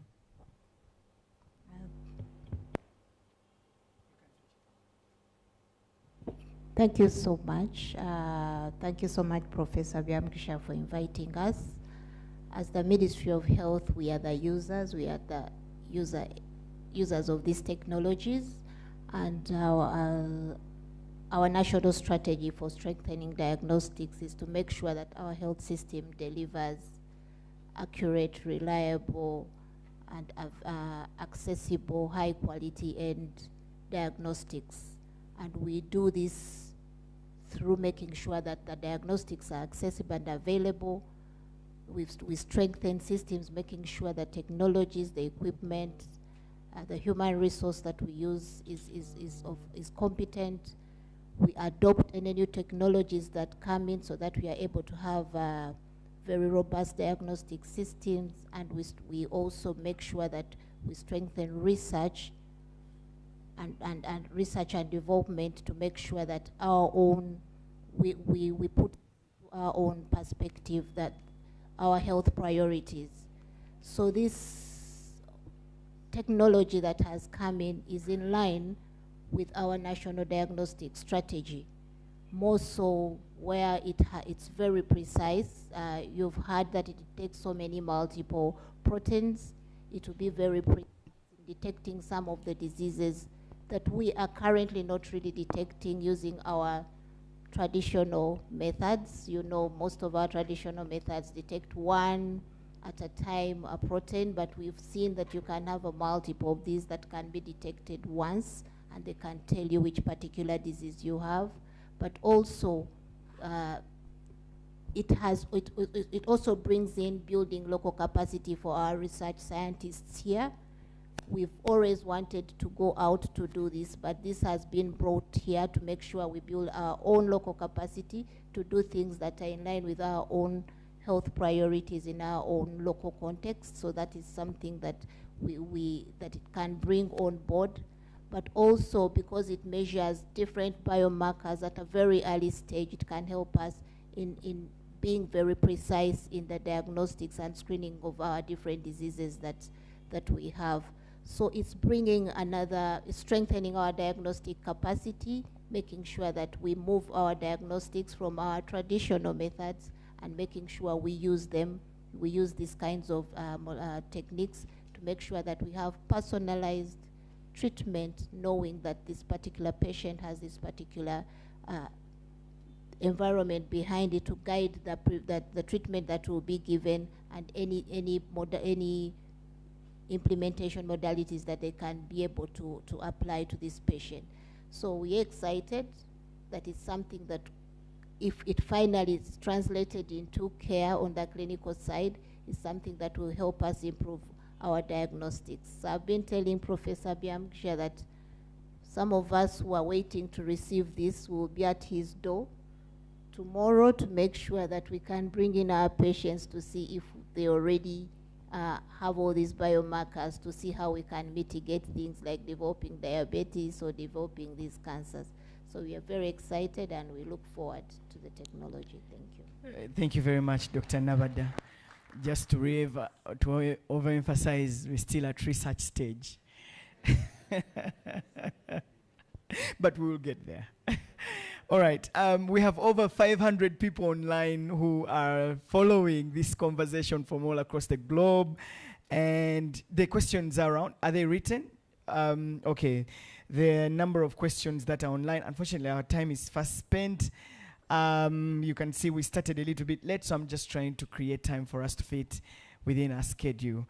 Thank you very much, Professor Nyirenda, for coming. Dr. Susan, thank you very much. Dr. Sande, Professor Aris, Dr. Amy, Professor Annette, Professor Steve Chanok for coming for this panel discussion. A round of applause to my panelists, please.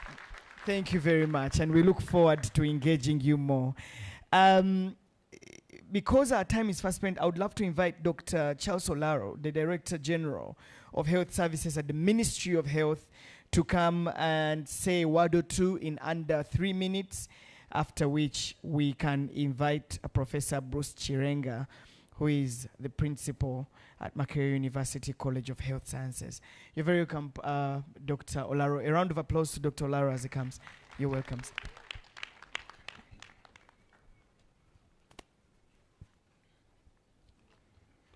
Thank you. Good evening. The Honorable Minister of Science, Technology and Innovation, Honorable Musenero, the Vice Chancellor represented by the Principal of the School of Medicine, our distinguished scientists and researchers, my colleague, the Commissioner in charge of Laboratory and Diagnostic Services, all our development partners, ladies and gentlemen. I must say, first of all, this is an afternoon and evening well spent. And as a Minister of Health, we take great honor and pleasure today to witness and participate in the grand launch of the Olink Proteomics Platform of Makerere University. This is a landmark achievement, not just for Makerere, but for Uganda health sector as at large. If you listen to the panelists, I think each of them spoke to a very key fundamental burden of one of the diseases which afflict us. From the hypertension in pregnancy, from rheumatic heart disease, from aspect of diabetes. Those are really key things which we definitely able to attain. In most cases, when these patients present to us, definitely they present late. But now looking here that we're able to identify biomarkers much more earlier, then you can probably work on the modifiable things which you can be able to do, and probably others you can be able to manage. I was speaking to Professor Josephat, and I was telling him that I was talking to him about aspect of aspirin in pregnancy and starting at about 16 weeks. And you are looking at that, because if we are not able to identify those who are at risk of getting high blood pressure in pregnancy, then we probably will look at how can this be able to benefit those who can be able to take it. Looking at, weighing at what's the benefits vis-a-vis what are the effects of what? Of this much more earlier in. Because as Annette mentioned, even in the best case scenarios, when you are faced with hypertension in pregnancy, the outcome sometimes is not a good one. So you need to be able to look at that. As the ministry, we are currently focused on delivering priorities outlined in National Development Plan 4 and the Health Sector Development Plan 3, which aim at accelerating progress towards the universal health coverage.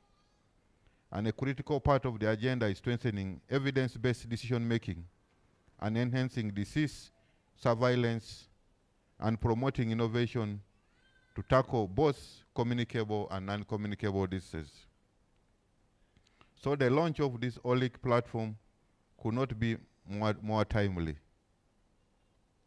This advanced proteomics technology will allow us to just go beyond the traditional diagnosis, and we begin to understand diseases at a much more deeper molecular level.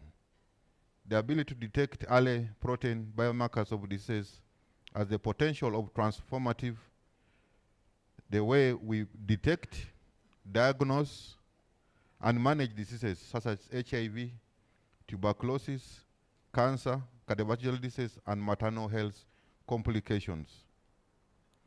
This is especially important in Uganda, where the burden of disease is complex and often intertwined with social determinants and late presentation, as earlier mentioned. Moreover, the Olink platform supports our mission of promoting homegrown solutions so that it empowers Ugandans, scientists, and clinicians with the cutting-edge tools right here at home. So it also will be able to generate data that's relevant to our populations, because sometimes you cannot generalize what you are finding elsewhere. So we have definitely visited, the minister launched it this afternoon, and we've definitely been that the throughput of the equipment and being able to access research within 2 hours with a very small sample, this technology opened doors for research, drug discovery, and the development tailored interventions for our communities. I want to commend Makerere University and its collaborators for their leadership in bringing the vision to life. So thank you, Professor, Sarah, and colleagues. But also for believing in Makerere, because as you said, really, that it took in a decisions, there were initially doubts whether Makerere could be able to do that, but I want that, and I'm sure that we can now ask other collaborators and other scientists that it is possible and feasible for them to collaborate with our scientists here. So as a Minister of Health, we fully support the innovation and will work with to integrate the insights from the platform into our health strategies and service delivery systems. Definitely on the side I sit, I would want that how fast do we move from research to actual aspect of policy and see how we can get implementations. So let's continue to invest in science, strengthen our research, infrastructure, and support our local talent, because the future of healthcare in Uganda depends on it. Thank you for listening, and I want to congratulate Makerere for this milestone.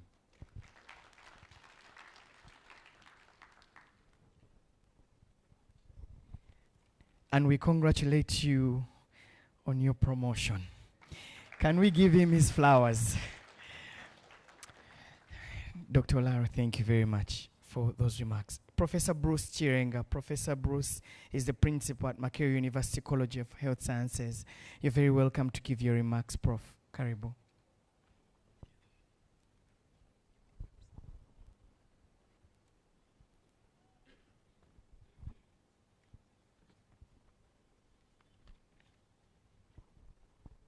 Thank you so much, MC. Good afternoon, colleagues. I hope you can hear me, yes. It is late in the evening. Please take some water. So, Honorable Minister of Science and Technology, the Director General of Health Services, University Council members present here, Makerere University top management, College of Health Science Management, including the Deputy Principal, Professor Idro, Deans, I don't know if there are other Deans, but Professor Net, who has been part of the panel, is the Dean. I see the head of department nursing and other heads of departments. If you are here, please raise your hand for recognition. Okay. And ladies and gentlemen, I'm representing the VC, so my only thoughts, I'm going to keep them to the minimum, then I read the VC's message. But before I do that, I want to thank the PI of the project. I want to thank the hospital director and your collaborators.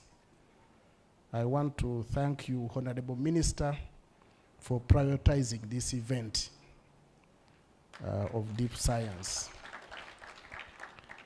And I want to thank all of you who have been here since midday. I myself, I started here, then I moved to the hospital, but I see you've been steadfast. This shows the importance you attach to this activity. In Uganda here, and I think many other places, but I think it's too much in Uganda. There is too much to be done. Each person you see here had like 5, 10 things to be done, but they are here. So Professor Josephat, these guys really like you and they take you serious. That's why they are here. Now, my other comment before I read the VC's message is about academic hospitals. Director General and Commissioner, you see, at Makerere we decided to deploy a professor in the university hospital. And this place has been transformed in providing care and advancing the medical science integrated within the teaching. You have seen that probably this event or this lab would have gone normally. But because of the hand of academia in it, you see the impact which has been pulled out of this project. I was actually telling my man here, Bondo, that you guys have quietly organized the conference in the precincts of what of launching a lab. This is what we can do, DG, with academic medical centers. It is my plea to you today, and I think the first time I want to mention, that the Minister of Health should prioritize initiating public academic hospitals alongside the other regional and national hospitals that we have, such that the academia can contribute directly to healthcare. We are requesting publicly here, and I know my colleagues from the media here, to inform government that public universities and other universities, we cannot be in space when we have a lot of expertise to improve healthcare. We would be the one creating the models. Colleagues, we've been seeing what has been happening on social media about these hospitals. We would be creating models of quality healthcare in the academic hospitals, then we scale them. So we are requesting at Makerere University, we have our university hospital, and we want to scale it to the level of a regional hospital. But our request is, when this hospital comes, it should be a public hospital. Minister of Health should handle this as a public hospital, so we only bring the innovation and the quality. This way, we'll improve the quality of the doctors or health professionals we'll be bringing out, but we'll also improve the quality of care. Because at this moment, quality of health care in Uganda is a big issue, very big issue. Now, where these people come from,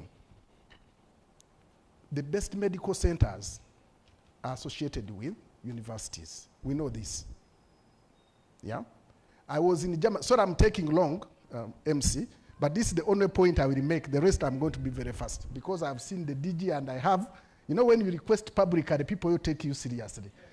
Yes, when you go in the office, yes, so I'm requesting publicly. I was in a city in Germany called Tübingen. The whole city's medical care is provided by the university hospital. So we are requesting for this part of Kampala, please, the Minister of Health should give Makerere University a public hospital to be able to cater for the care in this part. The way we have Chirudu and Kawempe, please, that is our request. Using the small university hospital we have and the impact we have had. Lastly, I want to say that these proteins which are speaking very loud, I think because they are very close also. You remember the central dogma that I think it is you who showed it, from the other side to this side. These guys are very close, so it is not a surprise that they are speaking louder. So the gene is still important. Lastly, allow me to read the Vice Chancellor's message. This one I'm going to read as it is. And so I'm going to take time. He has also gone through the protocol, which I already mentioned. And he's saying, good evening to you all. It is a great honor and privilege to stand before you today on this platform, which is a momentous occasion on the grand launch of the Olink laboratory platform at Makerere University. This launch marks not only the expansion of our research at Makerere University as a research-ready institution, but it also a huge advancement in science. By improving the infrastructure, the research infrastructure, you contribute significantly to one of the missions of the university. At Makerere University, we firmly believe that the university is not only defined by the number of students it graduates, but by the quality of knowledge it generates and the solutions it provides to social challenges. As a research-led university, our commitment is to expand the boundaries of human understanding and apply this knowledge to the development of our communities. Our strategic plan, 2020-2030, articulates that research, innovation, and knowledge transfer are at the heart of our mission. We aspire to create a vibrant research ecosystem that produces world-class scholarships. Today's launch of Olink platform represents a significant advancement in our capabilities. The platform will enable precise, high-throughput analysis of proteins, unlocking their potential as biomarkers. This facility will not only serve Makerere University researchers, but also attract collaborations from Africa and beyond. It will empower our students, postgraduates and undergraduates, equip them, young scientists, and inspire them. Actually, I like this point. This is actually here really to inspire us that we can also do something serious. So let me take this opportunity to emphasize that we will provide all the support that is needed for this lab to perform its function and also expand beyond its current capacity. I think the science would clap for that. Yes. So we recognize that no achievement of this magnitude is made in isolation. I wish to extend our gratitude to Wellcome Leap and Olink for their vision, partnership, funding, and training. To our faculty members, thank you for your commitment to mentorship and research excellence. To our students, you are the future, and it is you who will take this platform to heights we cannot imagine. But I didn't recognize the students. Are there any students in the room? Yes, please clap for them. If the students are not here, there is no university. Yes. So the call to action, yeah? As we launch this platform, let's remember that it is not enough to have the best technology and the best laboratories, but it is the spirit with which we use these tools that is very important. I call upon all researchers, students, stakeholders to seize this opportunity and use this lab to conduct research. Let us push the frontiers of knowledge. Let us aim not only for the publications, but for solutions. Let us transform Makerere University, Uganda, and Africa through science and innovation as we build for the future. Okay, we thank Vice Chancellor for that message. Ladies and gentlemen, and very lastly, I want to say that this event speaks to the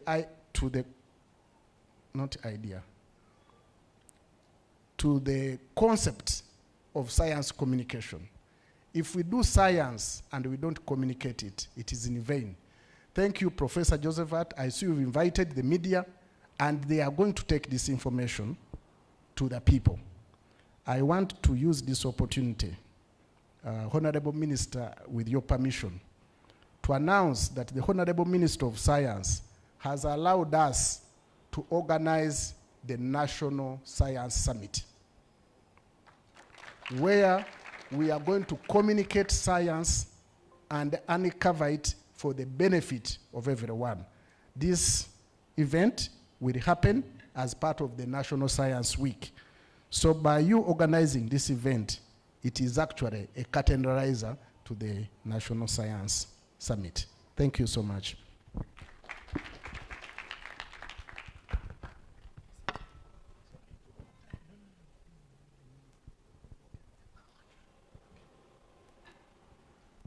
Okay. Thank you so much, MC. He has asked me to invite the minister. Ladies and gentlemen, it is my honor to invite our honorable minister to speak to us. Thank you.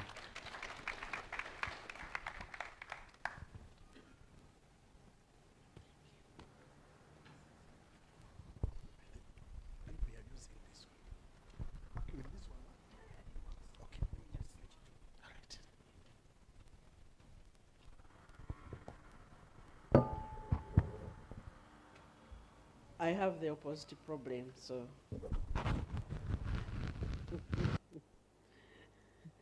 I will not be affected by the other problem of being higher. My problem is usually disappearing behind the podium.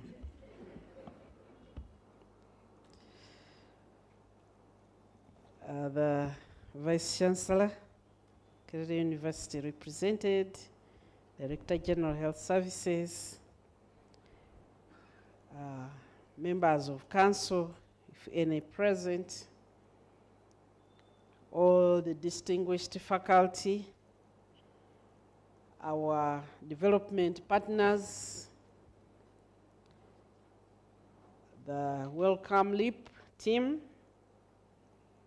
and any industry leaders that are here today. Of course, the all-important students. Gentlemen,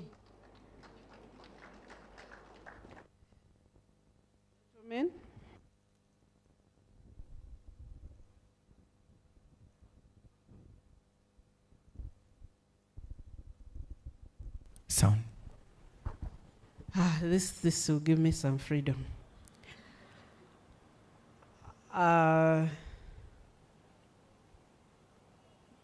I want to thank you for inviting me to be part of this and for being persistent so that you forced me to make the decision to be here instead of where I was supposed to be.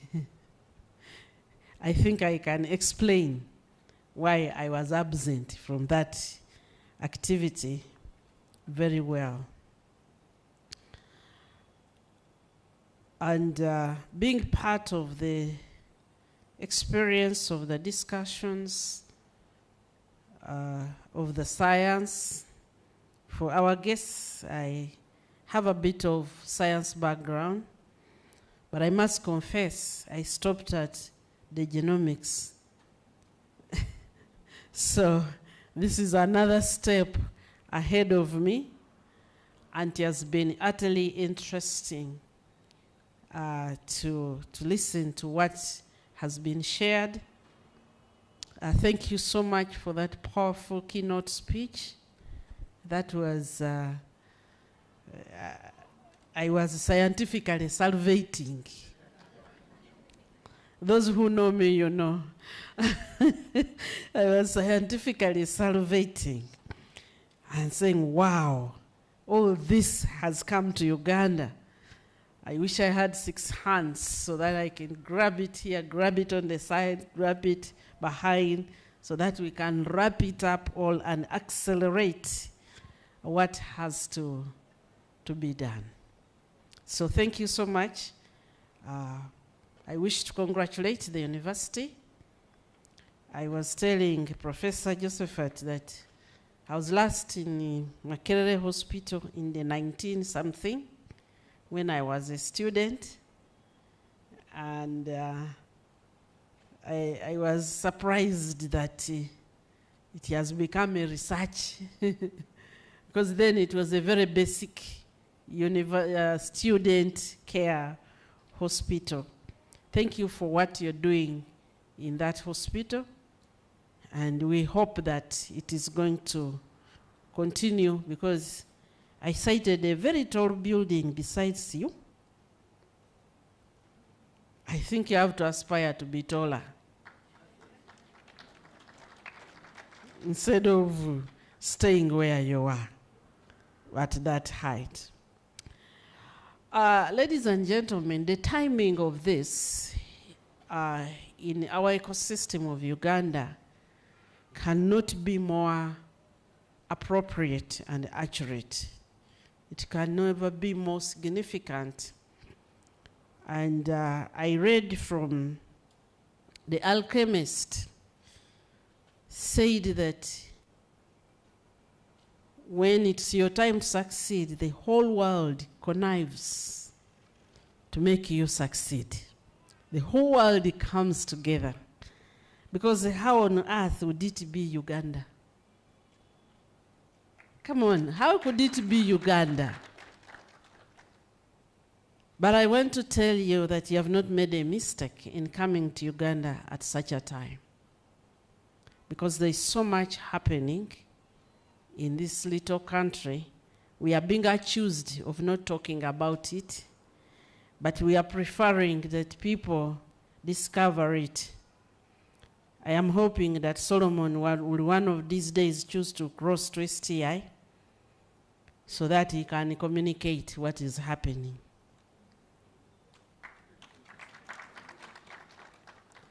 So we are at such a time that in that phase of development, in the development of our journey as a nation, that we have fully embraced science, technology, and innovation in a manner which is quite phenomenal.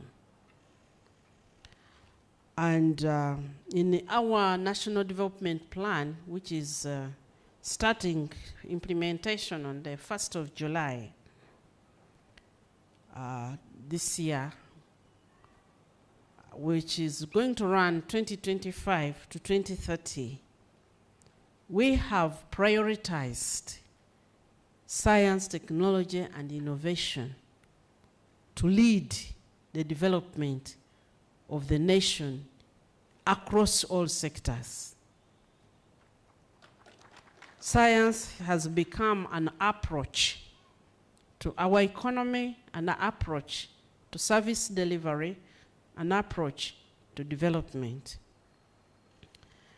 At the heart of this is a deep commitment to accelerating our transition from a third world country, so to say, to a modern knowledge-based economy, to a modern knowledge-based society. And as I sat here and people were listening, and Professor Solomon was summarizing and simplifying things for us, I feel that we are ready.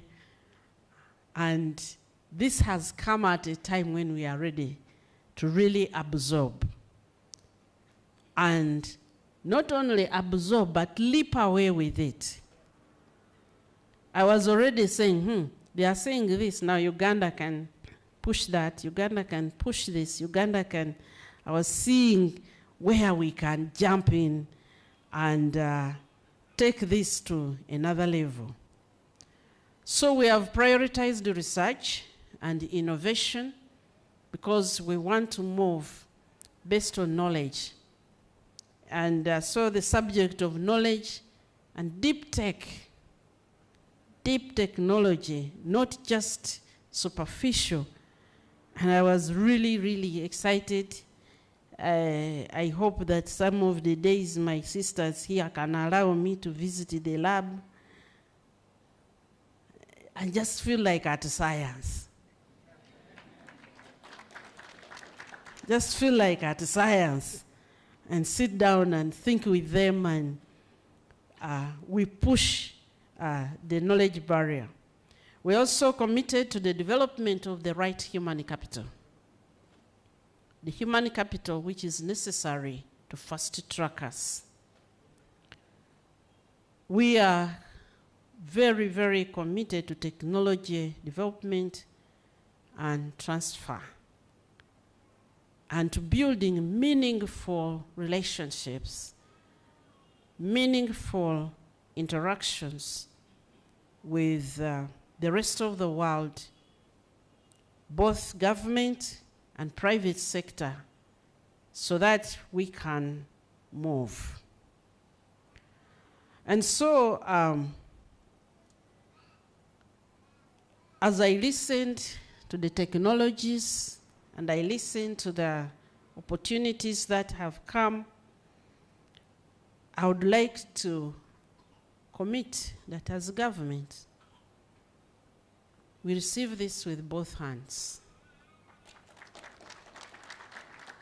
And by inviting me, Makerere University has opened it up for us as a nation,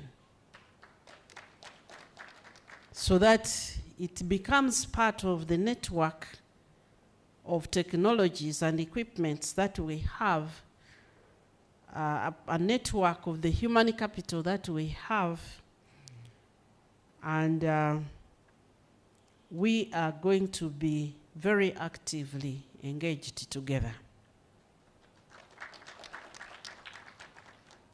So as the professor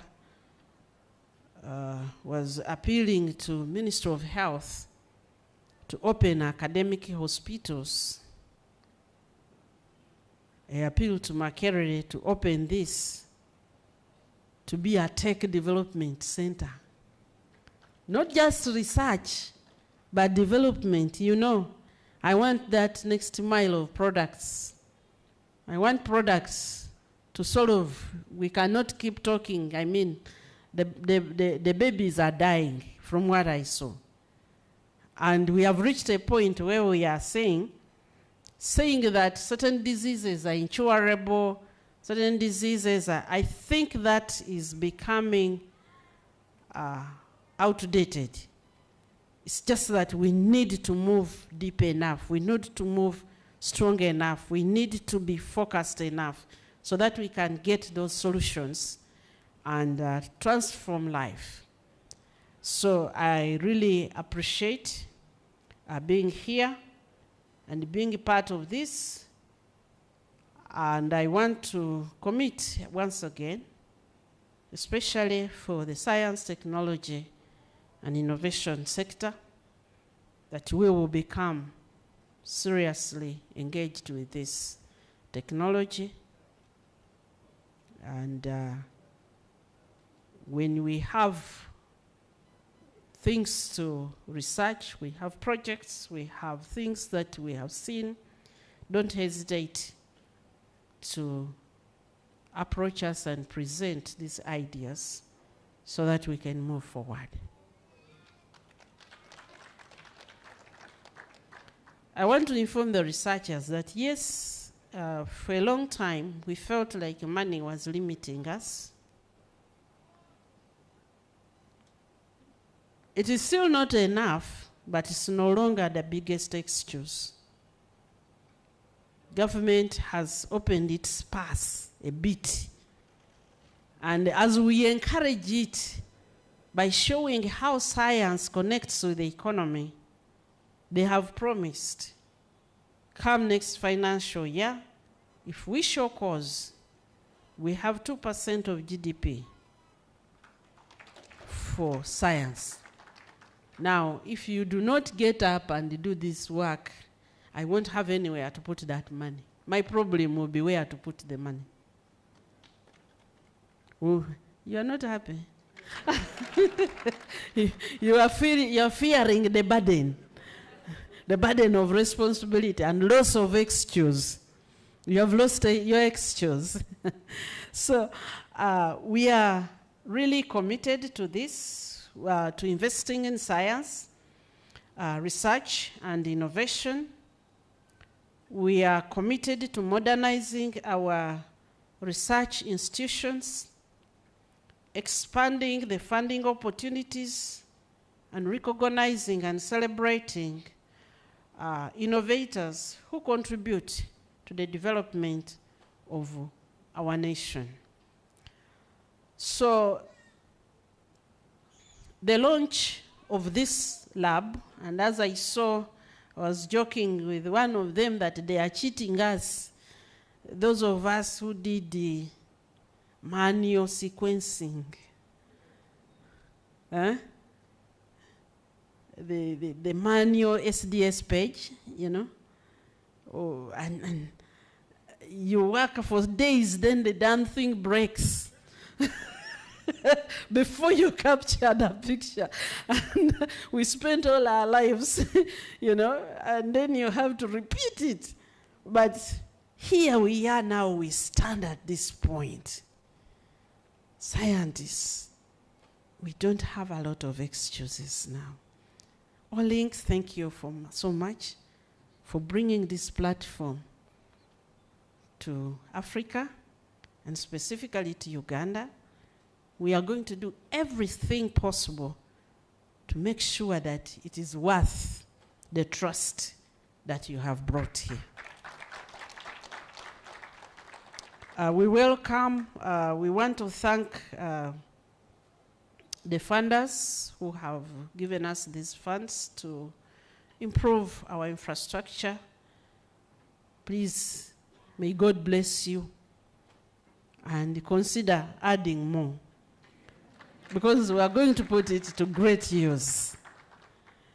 We are going to put it to great use.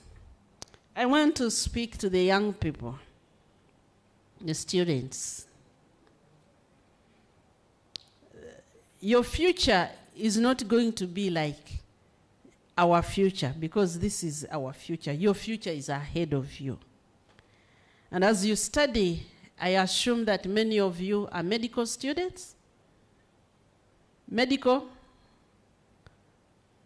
Others are bioscience. Others are...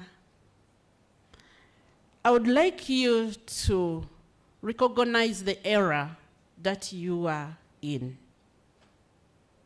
You don't have the luxury to be the ordinary student that students have been in Uganda, because you're standing at the edge of an industrial revolution. You are standing at the edge where you have to create the future. You should not learn and hoping to throw your hands up, there are no jobs. Because we must create the jobs, me and you, the students. Before I came here this morning, I had the pleasure of listening to former students in the university who did research, abandoned the research, they went to look for jobs, but we were able to identify their research, look for them, bring them back, and they are at the, just at the edge of launching tech companies from their university research.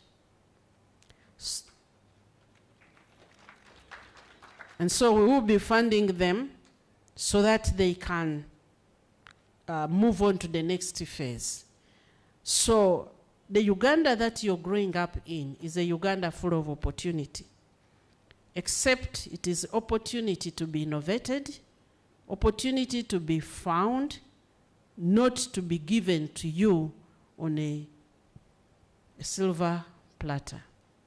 So as you participate in these discussions and sit before distinguished individuals from all over the world, you know, as they were presenting the protein chains, I was like, when am I getting back to science? the interest of the, you know, the proteins, and it's very intriguing. And you know all that, what that means? It means your future employment. It means your future work. It means your future companies. So as you sit here, I would like you to think of the things that you've had today. Which one are you going to engage with? Which one of those? Maybe it confused you where it was now, but you're not like us. We had to go and get library cards and look for journals. You have information in your hands. You can find out things at just the snap of your finger. So you stand at the spring of opportunity, and I want to challenge you. Change your mindset. change the way you look at Uganda, the way you look at the world. The world today is exciting to live in because no matter where you are, look at us. In the heart of Africa, land-linked or landlocked. But we are the first to have the Olink.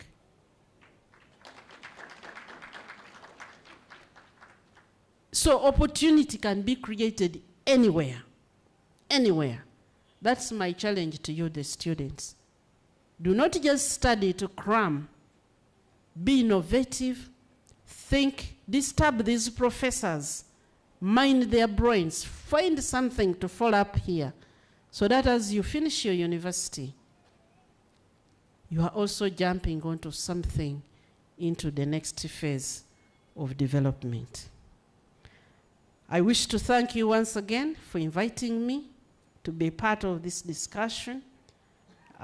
We will come back in a more technical way, maybe with a smaller group.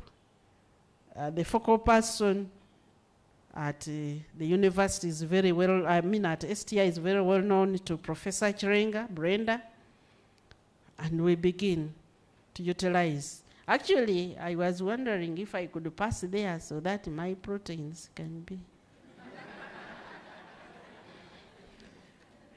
be analyzed so that I know what. But if we don't have solutions yet, maybe finding out will just create anxiety. But I was sitting there wondering, should I pass there? So that I'm checked. So thank you so much, and let us put this to great, great use. For God and my country, God bless you so much. Thank you.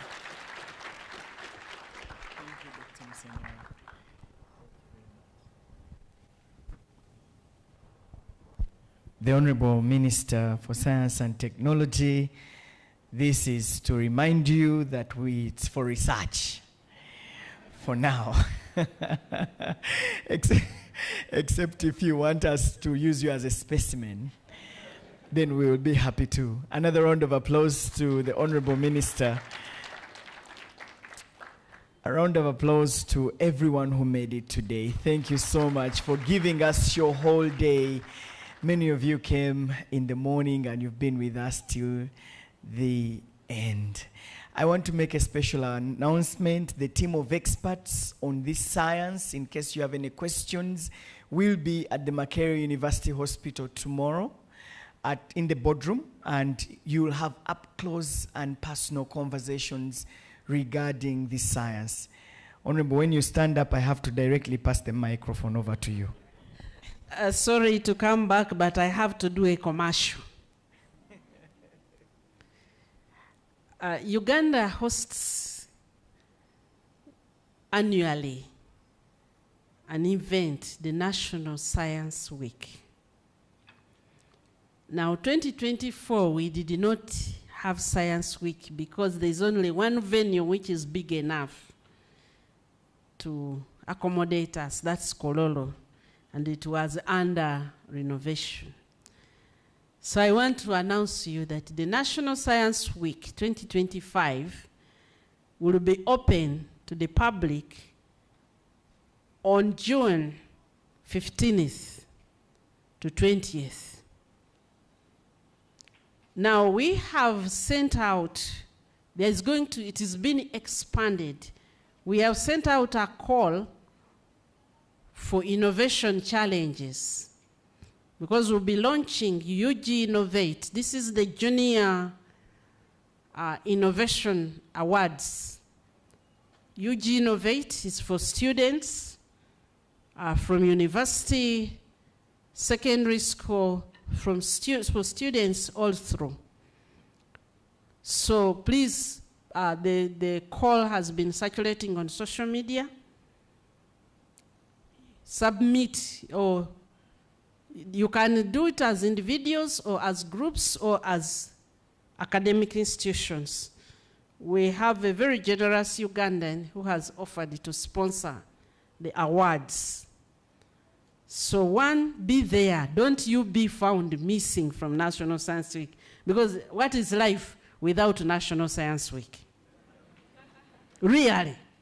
15th to 20th at Kororo.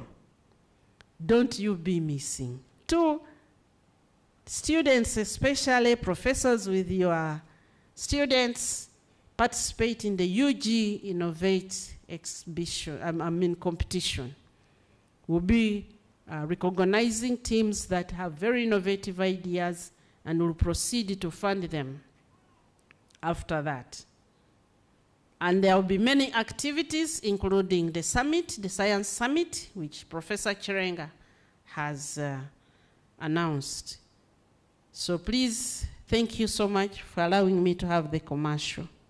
15th to 20th June at Kororo. Honorable Minister, I will charge you for the commercial for you to take me on as the and for you to make me the host of the National Science Week.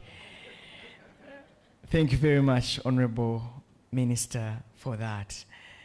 I wanted to emphasize that the technical team is going to be at the Makerere University boardroom, Makerere University Hospital boardroom, where you will interact with them in case you have any questions or comments, or for the journalists, you can have some interviews there in case you want to understand it more.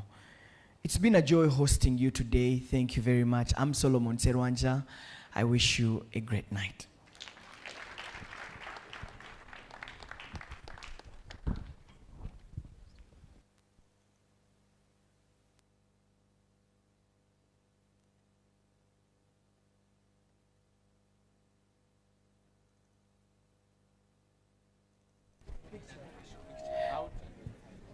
Can we have some pictures, Honorable Minister?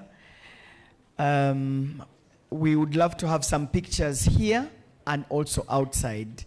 Can we have the picture here? The cameraman, what works better? Here. Honorable, the front row, please, could you come over? Just on top at the platform, we can have a group picture. Honorable and the team, please, karibu.